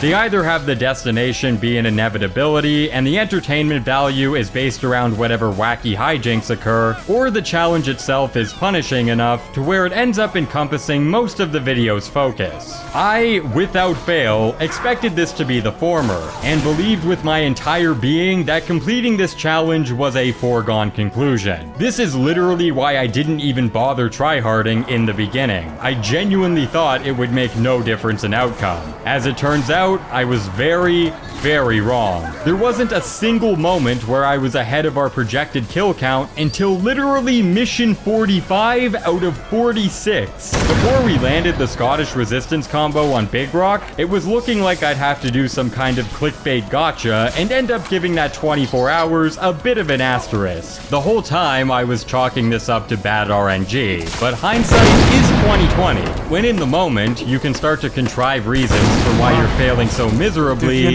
even if they don't hold up. So I decided to investigate that quandary. When it came to class selection, we were actually shockingly in line with what was expected. For the 3 classes we wanted to avoid for this challenge, Scout, Medic, and Spy, we ended up rolling them 15 times out of our 46 total loadouts. Medic was unreasonably high for sure, but our Scout and Spy bids were definitely lower than average. They made up 32.6% of our total loadouts, just 1% shy of what would be expected from a third of the roster. However, just because they were 32.6% of my loadouts didn't mean they were 32.6% of my playtime, right? Actually, wrong. Coincidentally, the playtime added up to literally the exact same number down to the fucking decimal. So if it wasn't our class selection, what actually nearly fucked us? Well, our loadouts, really. There were a couple of positives. For example, getting the Islander for 2 out of our 3 completed demo missions, and of the 7 times we rolled Pyro, we not once got the Dragon's Fury, the worst flamethrower crowd control-wise in the game. Frankly though, that's where the good luck ends. And when we look through the other classes, we see an incredible buffet of unfortunate stats. Of the 6 times I played Soldier, I got the direct hit on 3 separate occasions. And we went 0-6 on getting even a single banner. Of the 4 times I played Spy, we didn't land on the Big Earner or the Kunai once. Of the 3 times I played Scout, we got the bottom half of Scattergun viability every time. And notably, of the 8 times we played Medic, we didn't land on the Quick Fix a single time. Heavy is the most consistent class we could get, with every minigun being somewhat viable. And yet, we got him a grand total of once. These are the RPMs generated across each class's total playtime, with good, average, and bad RNG coded green, yellow, and red respectively. As you can see, there's a lot more red than green on this board, and as a result, our RPMs were severely hampered. By all accounts, Soldier should have been our #1 robot killer, but because I was strapped with the direct shit half the time, he just barely cracked in 4th place. Spending the whole challenge just waiting and waiting for the moment we'd close the gap was an agonizing experience. One I didn't think I'd reach at all. 22 minutes sounds like a fair bit of leeway, but we were 1 more bad loadout, 1 more incompetent team, 1 more shitty Wave 1 loss away from failing the challenge outright. In the end, what actually saved us was landing on a team that was able to communicate. And I think that's what makes NVM so special. It's not about those 548 beggars kill streaks or trolling some random high score shitter. It's about friendship, camaraderie, and pressing the goddamn F4 button. Holy fucking shit.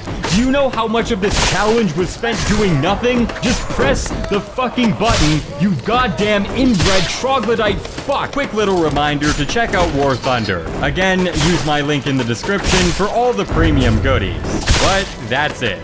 Video over. If you felt like this was worth watching over whatever movie you could find on uTorrent, just know that dropping a like, sub, or a comment about how Vroogie smells bad would go a long way. I'll have a really wholesome surprise at the end of my next video, so be sure to look out for that. But until then, I appreciate you all very much. Twitter and Discord are in the description, and that's all I got. See ya. I need these gift cards to get rid of a computer virus. thoughtful gift deserves a big hug. And these are some big hugs. This is Man vs. Machine, and this is a bingo card. We all know what bingo is. You list out a bunch of shit that happens regularly, make like Hollywood, and try to do a line. Today we're gonna see if we can do that within a full tour of 2 cities, with a couple of caveats to keep things interesting. I'm not allowed to sway the outcome of what happens due to my own manipulation. I can't help my team whenever they mess up. I'm unable to leave the server unless 2 of my teammates do so first, and I'll be using an alt account for obvious reasons. Also, if any of you want to try this challenge, I've left a link to the bingo card in the description below. Okay, let's go. Alright, first mission is Empire, and we have some potential for conflict. We have a high tour, we have some potential for screw-ups, we have a couple of low tours. This looks pretty promising. Oh, we don't have a single medic-taking class. That'll be an issue. I'm gonna disregard the shooting Uber medics point for this one, because we don't really have a choice. Ah, poor Heavy. What? He's not happy about that. Uh-oh. It happened again. Ah, so close. So close to a 3rd time. I'm pretty sure the NG is just trying to blow this guy up with the buster. Like, when you get mad enough to point that stuff out, some people, they want to watch the world burn, and they're going to go out of their way to keep doing it. Well, I have the censoring filter on, so I have no idea what he's actually saying. But I think we're at the point where this qualifies as a high tour, low tour conflict. Oh, he's shooting the sentry buster. He's switching to the shotgun just to shoot it. Yep, and that's the problem. We don't have a meta killer. We don't have a meta killer. That's what happens when you don't have a meta killer. Oh, that isn't gonna be good. These guys get like trucks. I'm not confident. Yep, that's what happens, dude. The giant shotgun heavies, they do like 17 million damage in one shot. Fuck, muscle memory, dude. I keep forgetting. Okay, that's fine. You know what? I don't care. Listen, I'm a 0 tour scout. I'm allowed to mess up. He can't stop shooting the pyros. He still hasn't clued in. We have 2 heavies. They reflect rockets, you know. Soldier, please stay up here. Keep fighting the scouts. Because if you go down to the pyros, you're gonna die to a crit rocket. I just know it. Is he gonna do it? Motherfucker! Why don't you learn? Imagine you go to the mall and you get robbed. And then you go there a 2nd time and you get robbed again. And then a 3rd time and you get robbed again. And a 4th time you get robbed again. You think after the 5th time, you stop going to the place where you keep getting robbed. MVM players are like a different breed. They transcend all biological human conditioning. In hindsight, I probably should have put that on the bingo card. Because it's pretty fucking common. Okay, wave 4. It took a while, but we finally have a meta killer. Better 20 minutes into the mission than not at all, I guess. I didn't find crit resistance on wave 4 of Empire. Worst mistake of my life. Uh-oh. That's not good.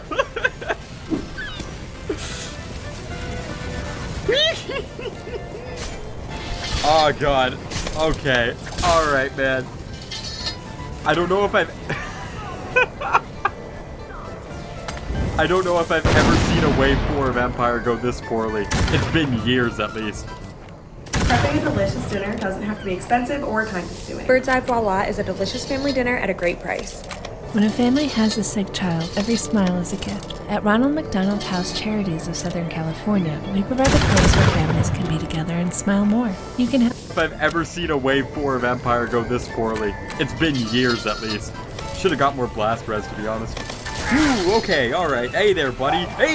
How about you slow down on those rockets?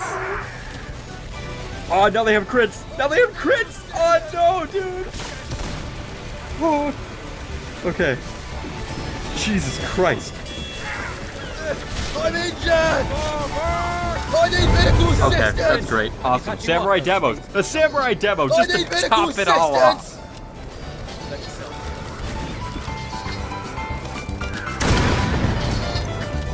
They all died! They all died! Not well. That's a bad. Oh, I forgot about the crit demos! Jesus. Jeez. That is close. We have 3 bombs. All of them are at the hatch.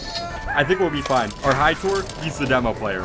As long as nobody shoots the Uber medics, we will be fine. Why are you shooting the Uber medics? No! This is the worst time you could ever be doing it. Even the demo was like, what the fuck are you doing?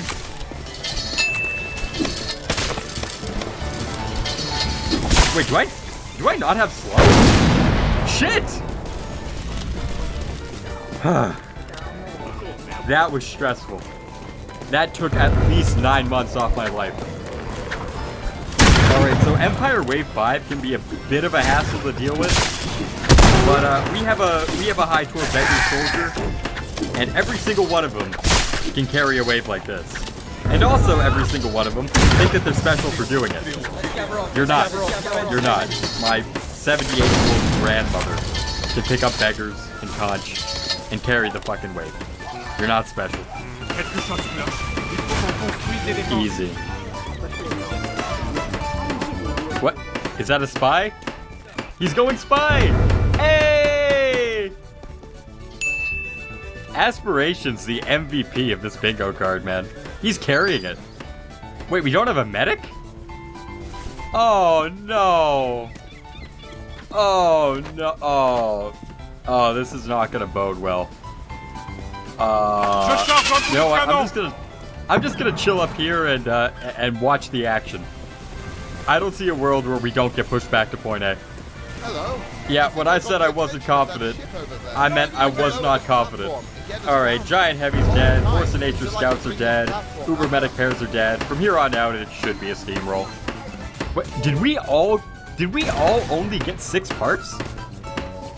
1, 2, 3, 4, 5. This is literally the worst RNG you could possibly get. Someone do the math on that. I'm actually curious how terrible that luck is. I've never seen that before. Alright, the second tour is Hamlet, and this group looks pretty inexperienced. Like, the average tour count between all of us is like 4. Well, it's actually like 40, but they don't know that. Now, we have a low tour Pyro, which is good. It's good. He can knock out a lot of points on the bingo card. The real question is, will he die in the first 10 seconds?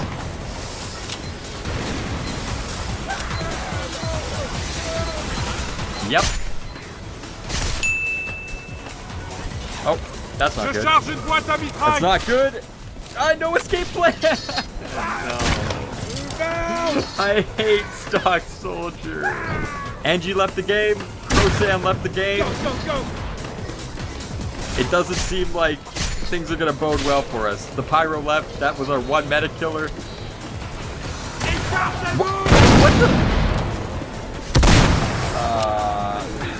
I should have expected that. Well, at least there's a silver lining. Alright, now this Pyro, he isn't using the flog, he is using stock. Which means there's a greater propensity and increased chance for him to spam Air Blast. Oh. It's one of MVM's laws of nature. The low tour Pyro must always die first.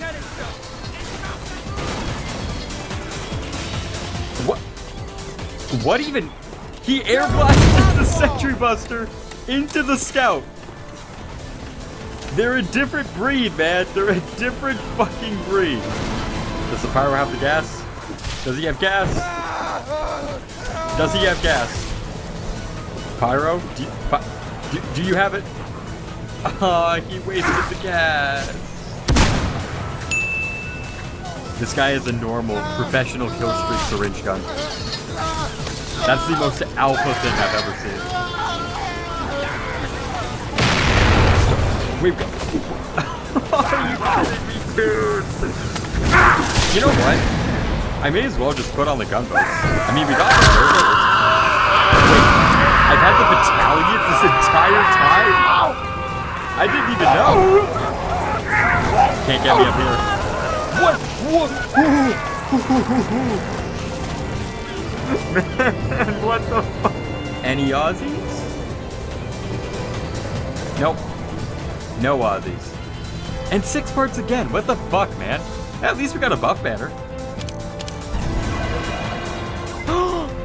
We've got a high tour Harry. Oh, that's fantastic. Oh, and they left. Okay, that's great. Now the question is, will the other high tour leave too? Because they tend to do that. Hey! So, we have a second demo, we don't have any scout, and our medic is spamming Mad Milk syringes. I honestly feel like low tours, they're just on another planet sometimes. Did you see that? The loose cannon knocked it up, and that almost made the stickies not hit. If you wonder why I say knockback is bad, that's why.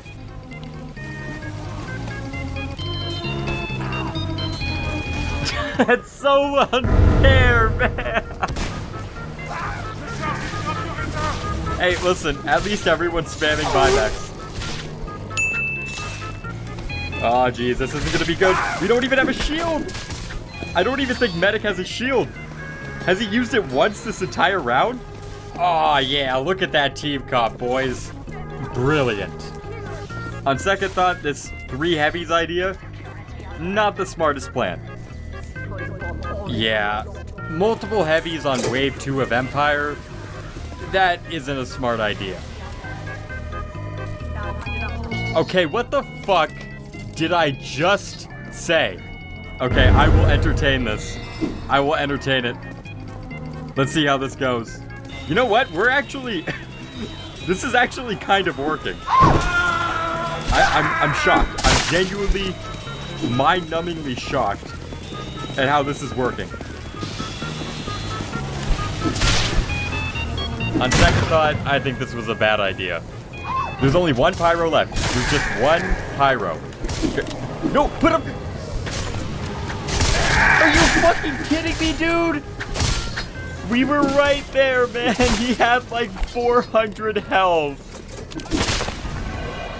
Why the fuck would you connect me to a server in Sydney? Look at that ping. Why would you do that? I'm not even playing late at night. Like, it is quite literally 10 p.m. right now. There is no reason I should be on a server that's quite literally fucking crashing. Okay, you know what? That's fine. That's fine. You want to know why? Because now we have 3 different ways to win, and we're only on the 3rd mission. I will say, I did not expect things to go this well. Clorox Sentiva cleans like Clorox. Smells like grapefruit.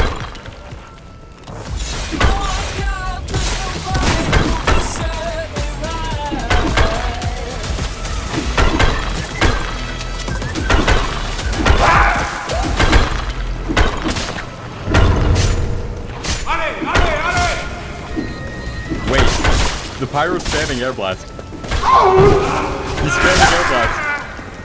Oh, that's great. I mean, the stock rate is terrible, but that's great. Oh, shit. Oh, okay. All right. Maybe stock Uber isn't all that bad. NG, why are you standing still? Scout, why are you standing still? Pyro, why are you dead? I may as well crit him.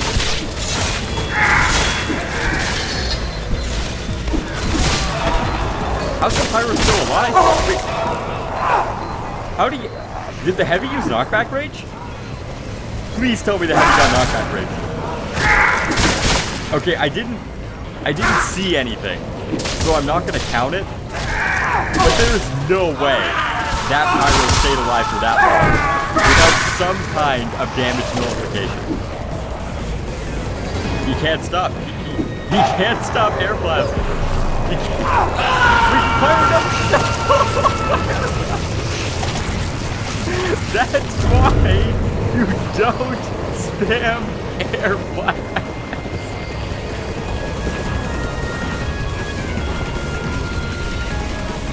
Alright, listen, that wasn't my fault. There is no universe where I could have held off on reviving him for like 2 seconds. Definitely not. God, so many revives, dude. I've done like 10 revives. Whoosh! Whoa. Okay. Oh my god. How do you guys keep dying? I've had to do like 10 revives in the past 50 seconds. Oh wait, oh shit. Oh fuck, there's a robot capping. Come on, let me buy back. Let me buy back. Let me buy back. Oh, this is gonna be close. Oh, soldier clutched it. I didn't even have to do that. 65 credits down the drain for nothing. Oh, wait. The heavy's using knockback rage. Yeah, he definitely 100% has knockback rage. Alright. Is anyone gonna shoot this thing? Anyone at all? Earth to team. There is a sentry right beside you. Hello? Knock knock. That sentry stayed up for like 30 seconds and not a damn person shot at it.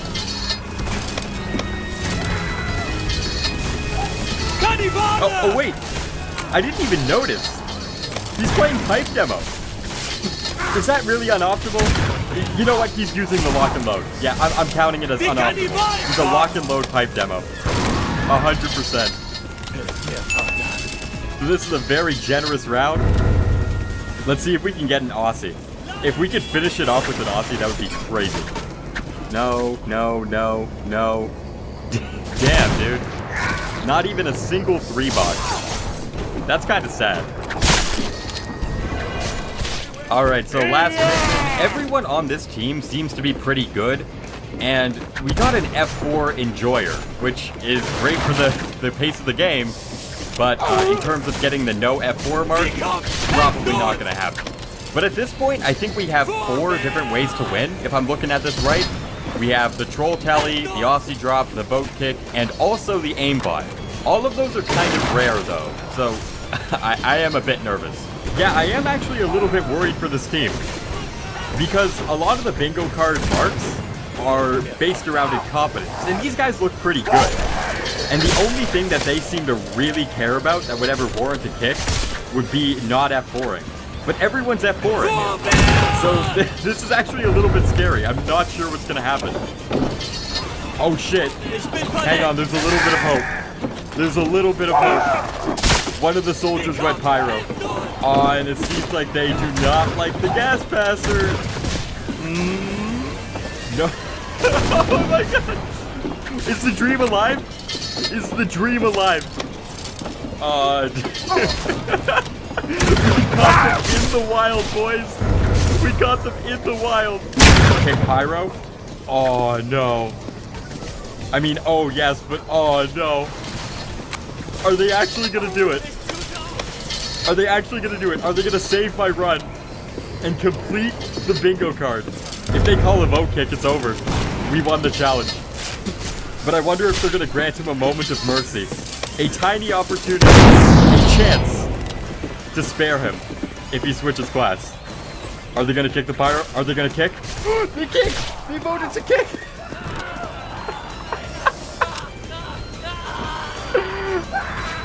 They voted! They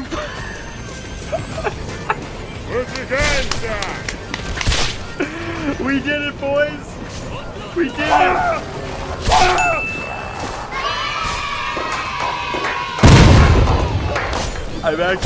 I'm blown away.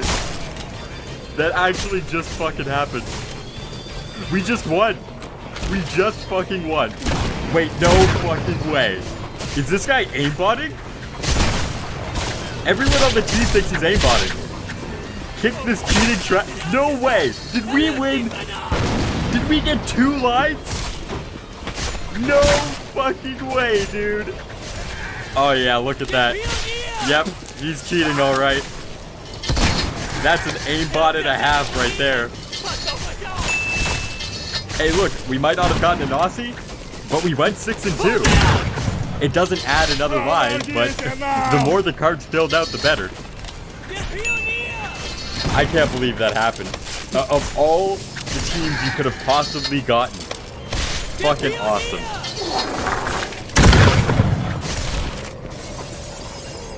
This holiday, she's not settling for anything less than the triple treat box from Pizza Hut, featuring pizza, breadsticks, and desserts starting at $19.99. It's a good deal, bro. Get the holidays delivered with Pizza Hut.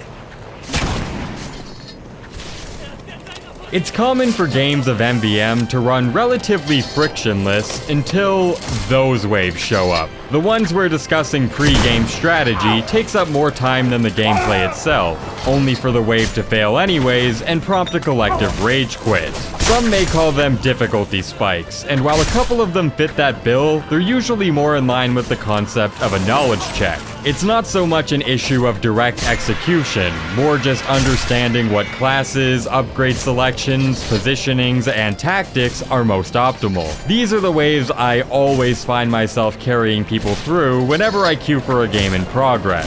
Hopefully this video helps you do the same. Just a few things to note, we're only going to be focusing on waves that often end in failure, rather than the ones that just provide the occasional pushback. This also means that all of this video's attention will be on the 3 main tours of the game, those being 2 Cities, Gear Grinder, and Mecha Engine. No Wave 666 because that whole wave's a shit show, and that could be a whole video unto itself. Now, I'm going to assume that you watching this video already understand the basics of MVM. The best loadouts, upgrades, class roles, standard gameplay mechanics, pretty much everything I've covered on this channel before. You know, Scout collects money, Engineer should max dispenser range, Soldier should use the beggars, don't shoot the Uber medics, that kind of stuff I won't be addressing. What you should do with this information, however, that'll all be up for discussion. Now, to be clear, these aren't the only ways, or hell, even the technically most optimal ways to complete each of these waves. They're just what I find to be the most consistently applicable and easy to execute. Like the tank busting guide, I'm hoping to make this the go-to reference point for whenever your team is struggling. Everything's chaptered appropriately, so come back and forth as you wish. Audience retention be damned. Though, if you want to help me offset that, well, you know what to do. It looks like MVM's never gonna see another update again, including basic bug fixes for that matter, so we can be rest assured that this video should stay relevant until the end of time. And with that, I think we hit our stalling quota. Enjoy the guide.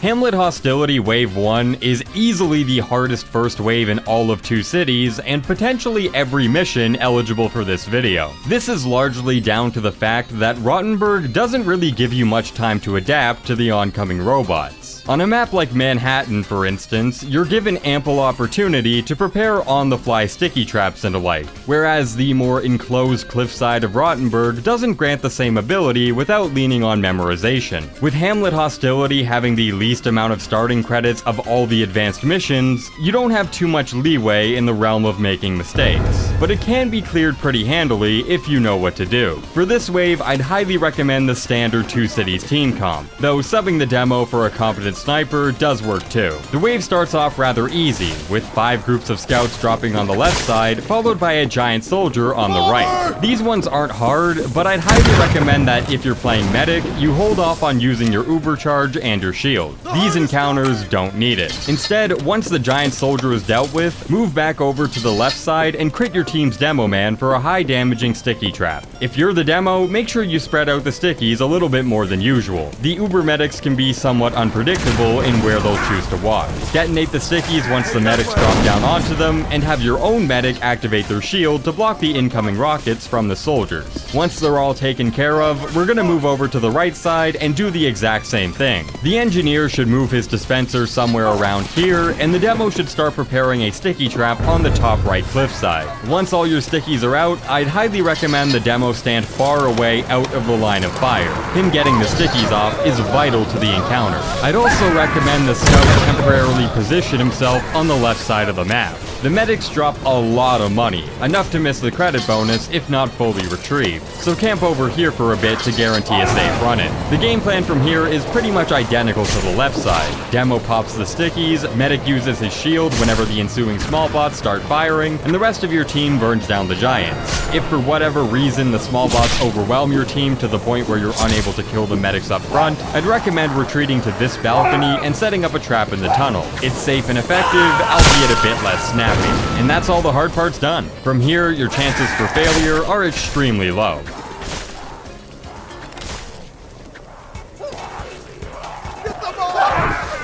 We're not leaving Hamlet just yet, because Wave 4 of this mission also poses some trouble. Most of the wave is fine, actually. The left side spawns groups of multivariate heavy bots, which is nothing a soldier can't handle, and the right side only spawns 20 soldier bots around a quarter way through the wave, which the medic's shield can easily invalidate. The big issues come when they spawn alongside the 12 super scouts that this mission possesses, topped off with teleporter building engineers that'll sneakily spawn behind you in the late game. This is actually one of the most polarizing waves in the game. Experienced players will often resort to going AFK and aiming for taunt kills at the end of the wave, while newer players will constantly find themselves on edge due to the super scouts jacking up everyone's heart rate by upwards of 30%, usually for no reward. I frequently see people blaming this on one particular player, and scapegoating like that is completely unwarranted. No one class can single-handedly block 12 super scouts in the midst of getting railed by minigun bullets. It needs to be a team effort. The heavy can body block them to keep them from moving forward, the NG can sentry block to achieve the same effect, the soldier can continually stun them in place via rocket specialist, and the scout has Mad Milk slow every 20 seconds. If the first block doesn't work, there should always be many more lines of defense available. For sentry blocking in particular, you can line it up with this small section of the ground that doesn't have any grass. This will keep them in place the vast majority of the time. If the heavies are laying on too much hurt, an even safer and less finicky spot is right here beside the steps. While it may not be in range to attack much, it's the safest way to keep the super scouts in check. Later on in the wave, you'll end up getting a couple of engineer spawns. The further back the bomb, the closer to the hatch the engineer's base will be. This means that if at any point the bomb goes beyond the tunnel, you'll want to get a team member, preferably a soldier, to start hunting them down. The engineers will often be out of sight. Just make sure they aren't out of mind too. Don't get too comfortable chilling at the front if the bomb isn't in the vicinity. The possibility of a last-minute teleporter catapulting a super scout to victory is a constant. Also, one more thing, these medics are some of the only ones within 2 cities that don't pop Uber upon being brought down to low HP. So regardless of your class, feel free to target them. That's really it. Kill the super scouts, make sure that no engineers set themselves up a base, and the rest is your standard AoE fest. Bird's Eye Voila Skillet Meals Alfredo Chicken is the perfect meal for when you need a quick, delicious dinner at home. After all your hard work, you can't let anything stand in your way. That's why you have Cox Business. With personal...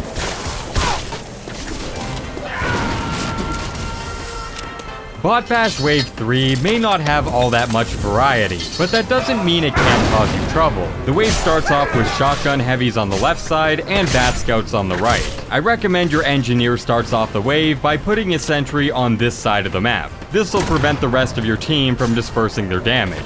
That's not the hard part though. The real issue is the giant heavy that drops down afterwards, packed with crits, 2 giant Uber medics, and a legion of spy bots shanking your toes all at the same time. If not dealt with properly, this one giant can run the bomb to the hatch without a fuck to give. To prevent this from happening, the most important thing you need to do is burst down the medics. And this is where your team soldier gets some time in the spotlight. Buy a crit canteen before the wave starts, jump onto the rock from the back of it for added aggro protection, and shove those red rockets right in the medic's mouth. To make things easier, it's best you have a target that can hold the giant's aggro while the rest of your team bangs out the medics. I recommend a heavy protected by a medic shield or an engineer's crit immune wrangled sentry with building health upgrades. Just don't forget to also look out for the spies. Despite this, the heavies still might overpower you. It's inevitable a couple of deaths will happen, but that's okay so long as the medics are dead. He'll be on borrowed time from there. If you do die during this encounter, I recommend buying some bullet res mid-wave. It'll up your survivability versus the oncoming robots. There's a good chance some spies will still be lurking around spawn. If you decide to kill them, don't forget to pick up the credits that they drop. Once the heavy is dead, all the small bots remaining spawn on the right side. So if you're playing NG, be sure to redirect your buildings around that area. From here, things shouldn't be too hard. Health on kill and the added bullet res will keep you alive just fine. The 3 Force of Nature scouts will spawn on the left side at the end of the wave though, so be sure to look out for those. But honestly, once the crit heavy's dealt with, things usually work out just fine.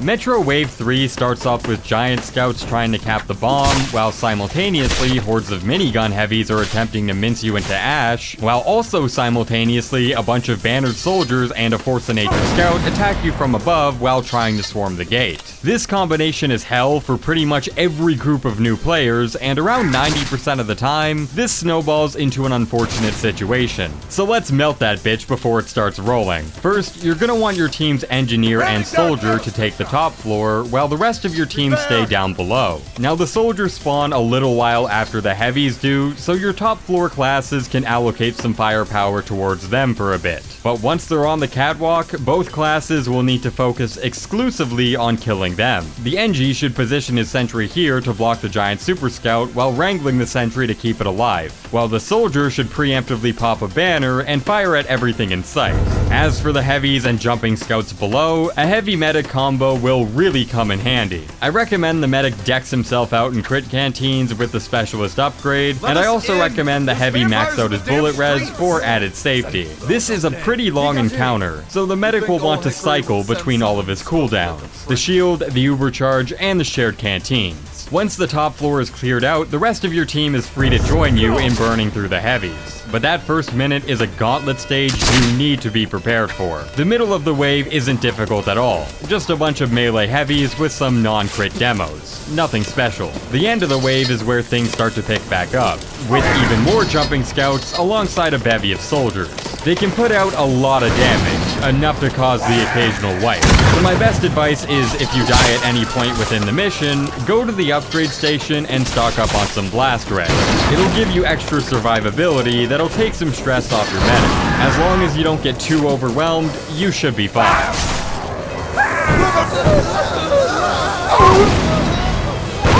Metro Wave 5 is perhaps the single most difficult mission in all of Two Cities. It has its lax moments, but for the most part, it doesn't relent on constantly throwing you shit to deal with. The wave starts off with a giant blast soldier boss fight. He's probably the easiest boss in the game, so no worries there. It's what follows after that tends to be the tipping point. Immediately after the boss dies, you'll be confronted with groups of soldiers, some of which are crit boosted, alongside Fist of Steel heavies from above. For this situation, you'll want a repeat of Wave 3. Soldier and engineer stay up top to whittle down the heavies, while your team's medic, heavy, and whatever other DPS class you have take the floor. The classes up top can join you down below once all of the heavies are cleared out. The small bot soldiers might not seem all that deadly at this point in the game, but they can steamroll you without proper protection. I'd recommend liberal use of Ubers, canteens, and shields on your medic side. After that, you'll get 2 waves of minigun heavies. heavies, one normal, the other crit boosted, alongside a couple of giant demos. Not much in the way of struggle here. However, once you see this combination of icons up top, this signifies the beginning of the hardest gauntlet stage in the game if approached unplanned. Here you have to deal with an endless amount of support bots, consisting of scouts, soldiers, demo knights, and engineers. In the midst of all that chaos, a giant crit rapid-fire demo will drop down onto the field with his butt-buddy giant medic. This is where most of the problems begin. The high health pools of the giants demand siphoning damage away from the torrent of small bots and reallocating it towards them. And an invasion of this magnitude left unchecked, even for seconds, is enough to punch half of your team a ticket to the spectator train. This is most notably the case with robot engineers. If your team isn't there to pick them off, they will easily turn the front lines into their very own foothold with no competition. It gets even worse if they make it past the first point though. They'll set up on the crates up top and turn 3/4 of the map into impenetrable bot territory. That's space you can't afford to be giving up when one pop duber from the quick fix medic is enough to traverse large amounts of turf with no resistance. Remember, these robots don't cap the gates. They all go straight for the hatch. So first I'm gonna tell you how to avoid this situation entirely, but also teach you how to deal with it if it does manage to occur. The best thing you can do is cut that possibility off at the source with 3 separate crit canteen usages, one for each individual quick fix medic. Trust me, 300 credits is more than worth the investment of securing your team an easy path to the final wave. For even more added security, the engineer should keep his sentry on the top floor and, most importantly, not wrangled. You'll want the sentry to auto-fixate on whatever small bots draw near. Wrangling the sentry only gives them ample opportunity to slip behind your team unnoticed and plant the seeds of what could be your inevitable downfall. The doubled firing speed isn't worth preventing that possibility. If everything goes to shit and you still get pushed back regardless, don't try to claw your way back in and reclaim the front lines. Instead, let them come to you. The worry of your overcharge or crit canteen duration being cut short is much less prevalent if you own the land. That's really it. Spam crit canteens when the giants drop, and make sure no engineers get behind. But if that for some reason doesn't cut it, get a sentry on top of the crates to prevent the engineers from setting up top, avoid challenging them in their domain, and spam crit canteens when it's safe to do so. If enough of your damage dealers follow this criteria, you shouldn't be worried. Clorox Sentiva cleans like Clorox, smells like coconut.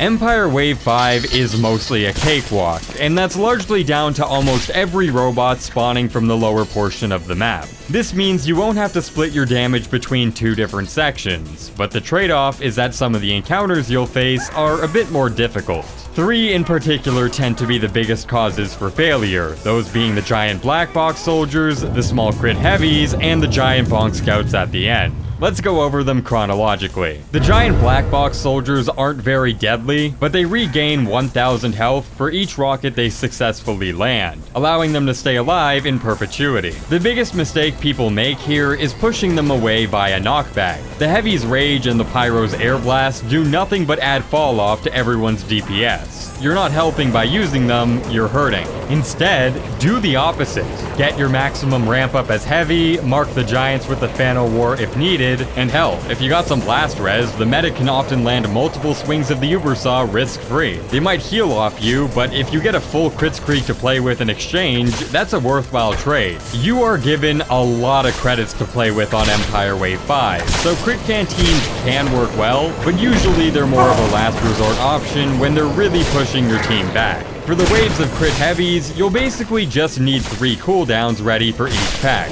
be they defensive or offensive. Typically a medic shield is the go-to option for the first and the third packs, but you can also use a sticky trap, gas passer, Uber and AoE class, or stand behind where they spawn and pop a crit canteen. If you don't have any crit resistance, they can take you out in literal milliseconds, so I'd recommend maxing it out either at the beginning or whenever you die during the wave, but nonetheless, you should be fine. line. And as for the bonk scouts, just build a wall. You can get in a line to body block them and keep them stationary while their invulnerability wears off. There will be a couple of spies running behind, so your team soldier or pyro should track them down, but for everyone else, this will prevent any kind of last-minute capture.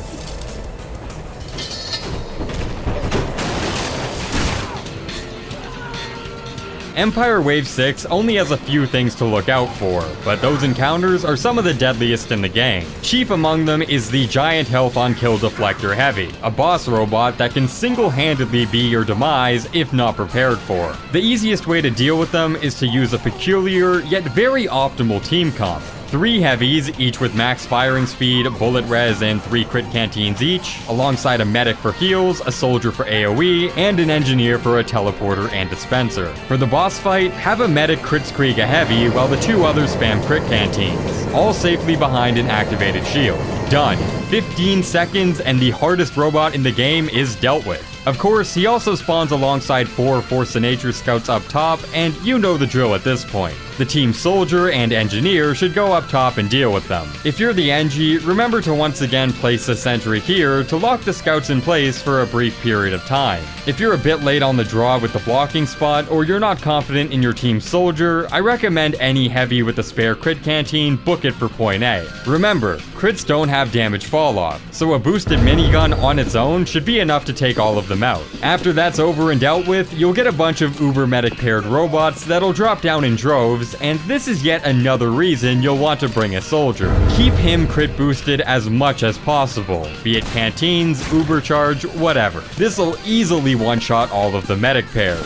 For the 3 heavies on your team, shooting the uber meds will cause them to pop their invincibility. So if you don't want to be entirely useless, putting on the boxing gloves and going ham is your best bet. It's almost certain that a couple of them will pop uber anyways, but as long as it's not the majority, they won't be a sticking point. After they're taken care of, it's just another bunch of crit health on kill deflector heavies, but they're nowhere near as vitalic as the original boss robot, so you'll definitely be fine from here.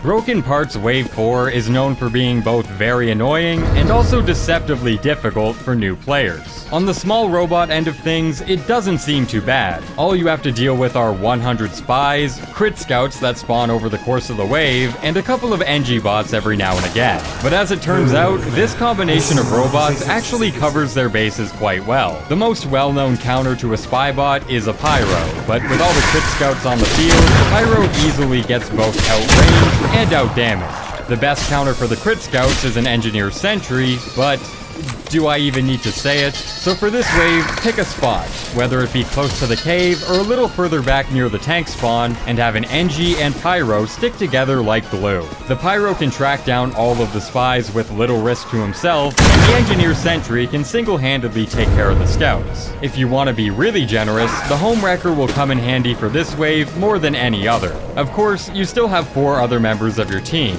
all of which can still do a number on both robot breeds. I recommend they congregate relatively close to the pack as well, but preferably on top of the rocks. The spies will have to work much harder for their backstabs, if they can even land them in the first place. Sticking together will consolidate the spy bots into a much denser pack, making things both faster and safer for your team. Despite any kind of mitigation, dying is still relatively common, so I recommend everyone maxes out crit resistance to take the edge off from the scouts, and if you end up dying anyways, there's a good chance you'll be bombarded by spies as you leave spawn. Be sure to kill them and pick up their money before teleporting back to the front. If you lose control of the front lines and have the bomb carried out of the tunnel, the engineer bots will plant their bases deep into the map, similarly to Hamlet Wave 4. For this reason, it's very important you keep track of the bomb and make sure it stays in the cave.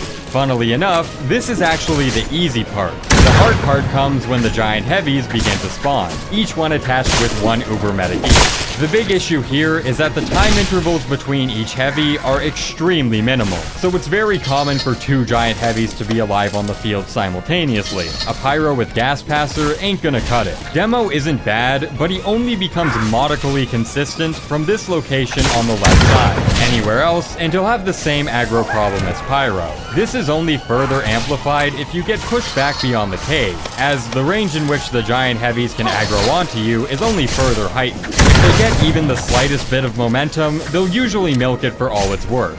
So, get a sniper. I don't mean for the advice in this video to be too simplistic, but for this wave, just get a sniper. If you crouch jump onto the rock from back here, you'll be invincible to all oncoming robots from the front. Once in position, all you'll need is a single headshot to wipe out each heavy's medic. I know Sniper can be a scary class for new players, as his skill floor is comparatively much higher than every other class barring Spy, but I promise you guys, it shouldn't be an issue here. Giants are already pretty easy to headshot, but giant heavies?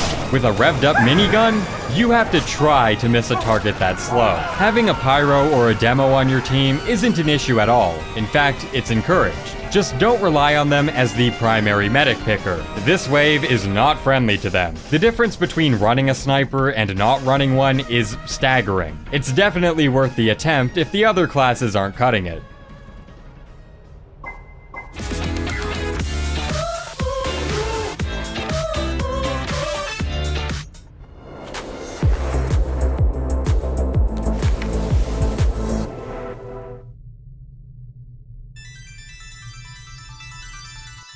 Oh boy, this is a big one. You've got to be a really fucking big difficulty spike to cause so many groups to disband even when they're inches away from completion. That's Broken Parts Wave 6, arguably the most difficult wave in the game, which, funnily enough, comes right after one of the easiest, if not the easiest wave in the game. There's a lot to unpack here, so I think it's best we break this wave down into 5 stages. Setup, the small bots, the 2 tanks, giants and super scouts, and finally the 10 rapid fire soldiers plus tank combo. For the team composition, I'd recommend 1 NG, 1 heavy, 1 soldier, 2 tank busters, and 1 whatever pick of your choice. You can stack multiple of the same class, it doesn't matter too much. Because the last wave of the mission only contains a boss robot that most groups can probably beat blindfolded, I recommend you treat Wave 6 as Broken Parts' actual final wave. This means any non-offensive scout should switch to a more aggressive base class, and everyone should be maxing out canteens, preferably crits. Most importantly for this wave, you'll want to max out your resistances and primary weapon as much as possible, but make sure you save between 500 and 1000 credits before starting the wave. Broken Parts is a credit ocean, and because of this, it's common to see people dumping their enhanced paycheck into shit like health regen because fuck it, may as well. But don't do this. Instead, use that cash to spam buybacks whenever you die and restock on canteens whenever needed. This will help tremendously. And lastly, the NG should put a 2-way teleporter somewhere around here so your team can stock up on canteens and or catch an emergency super scout later on. Upon starting the wave, you'll be greeted with over 100 small crit robots of many different varieties. If you max out all of your resistances and buy 3 to 4 points of health on kill, you should be mostly fine, but given the sheer amount of bots, a couple of deaths are inevitable. To prevent them from advancing too far, I'd recommend the NG puts his sentry behind the rock, anywhere in the line of fire, and it'll get destroyed extremely quickly, even when wrangled. So having it as a safeguard to pick off the couple of stragglers that sneak by will be very warranted support. Try to attack from multiple different locations to disperse the robot's damage. You have the map advantage, abuse it while you can. Once most of the bots are cleared out, this is when the first tank will begin to spawn. At this point there are no other oncoming threats for the next 20 seconds, so every team member should gang up on the tank. Once the giants begin to spawn, your 2 main tank busters should continue following the tank while your 4 other classes stay up front. This is the hardest part of the mission by far. A giant quick fix medic will be attached to a giant crit deflector heavy on 3 separate occasions, all while super scouts are trying to pass you by. Because of this, I recommend an engineer, soldier, or demo focus down the super scouts primarily. Rocket specialist, sentry blocking, or premeditated sticky traps will keep them from running out of the area. For the sentry block spot, it's best you put it beside this rock with a little bit of a gap between it. This will keep the super scouts in check while also temporarily stalling the giant medic combos should they reach that point. It won't get much action, but when it does, it'll be much needed protection. If that spot is ever challenged too regularly, you can also place it back here on the right side of the tunnel's entrance. This'll work too. If the sentry gets destroyed and one happens to slip by regardless, get someone to meet them at spawn via the two-way teleporter. The super scouts are generally the biggest cause of losing the wave. Make sure they're always on your radar. As for the giant medic combos, this is where we're gonna do a little bit of cheese. I mentioned earlier how crouch jumping onto this rock from behind effectively makes you invisible to all the robots in front of it, a trick every class can use to their advantage.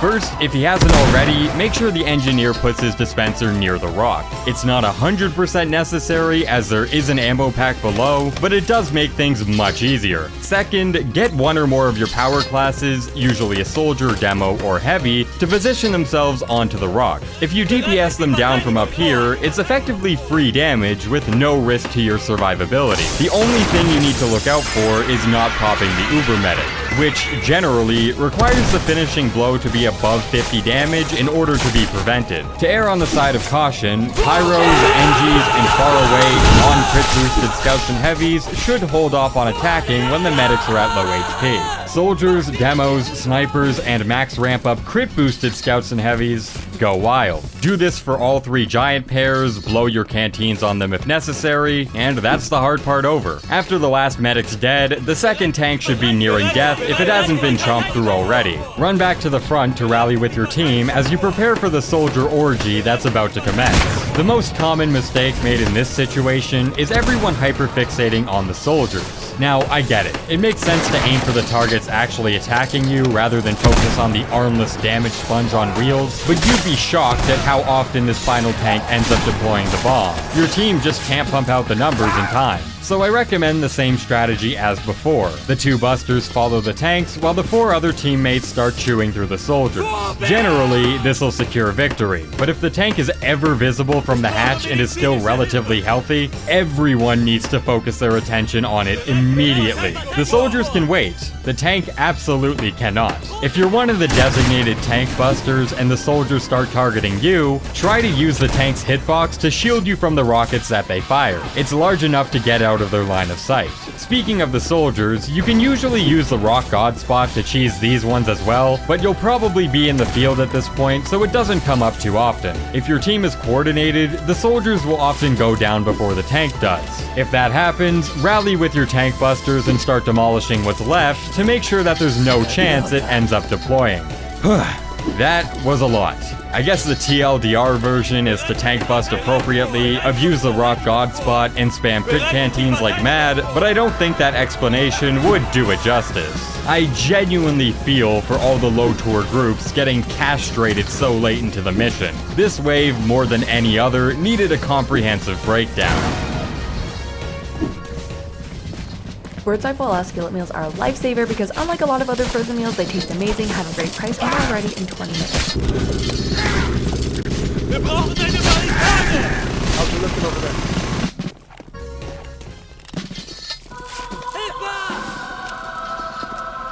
Bone Shaker Wave 5 only contains two somewhat threatening phases, but both of them need to be properly prepared for. Otherwise, you risk an unfortunate snowball effect. First things first, max out your blast resistance on this wave. That small little icon in the support section doesn't do their presence justice. You'll be hammered with rockets the entire wave, so you'll definitely want to up the amount you can tank. The wave starts off with 20 Uber Medic pairs alongside a fuckload of soldier bots. These are best taken care of by your team's medic picker, or you can pop them right as they spawn, wait out their Ubers, and fire at them from atop the God Spot rock. Both are viable strategies, just make sure you pick one. Very few groups can handle 20 invincible small bot pairs without some kind of mitigation tactic.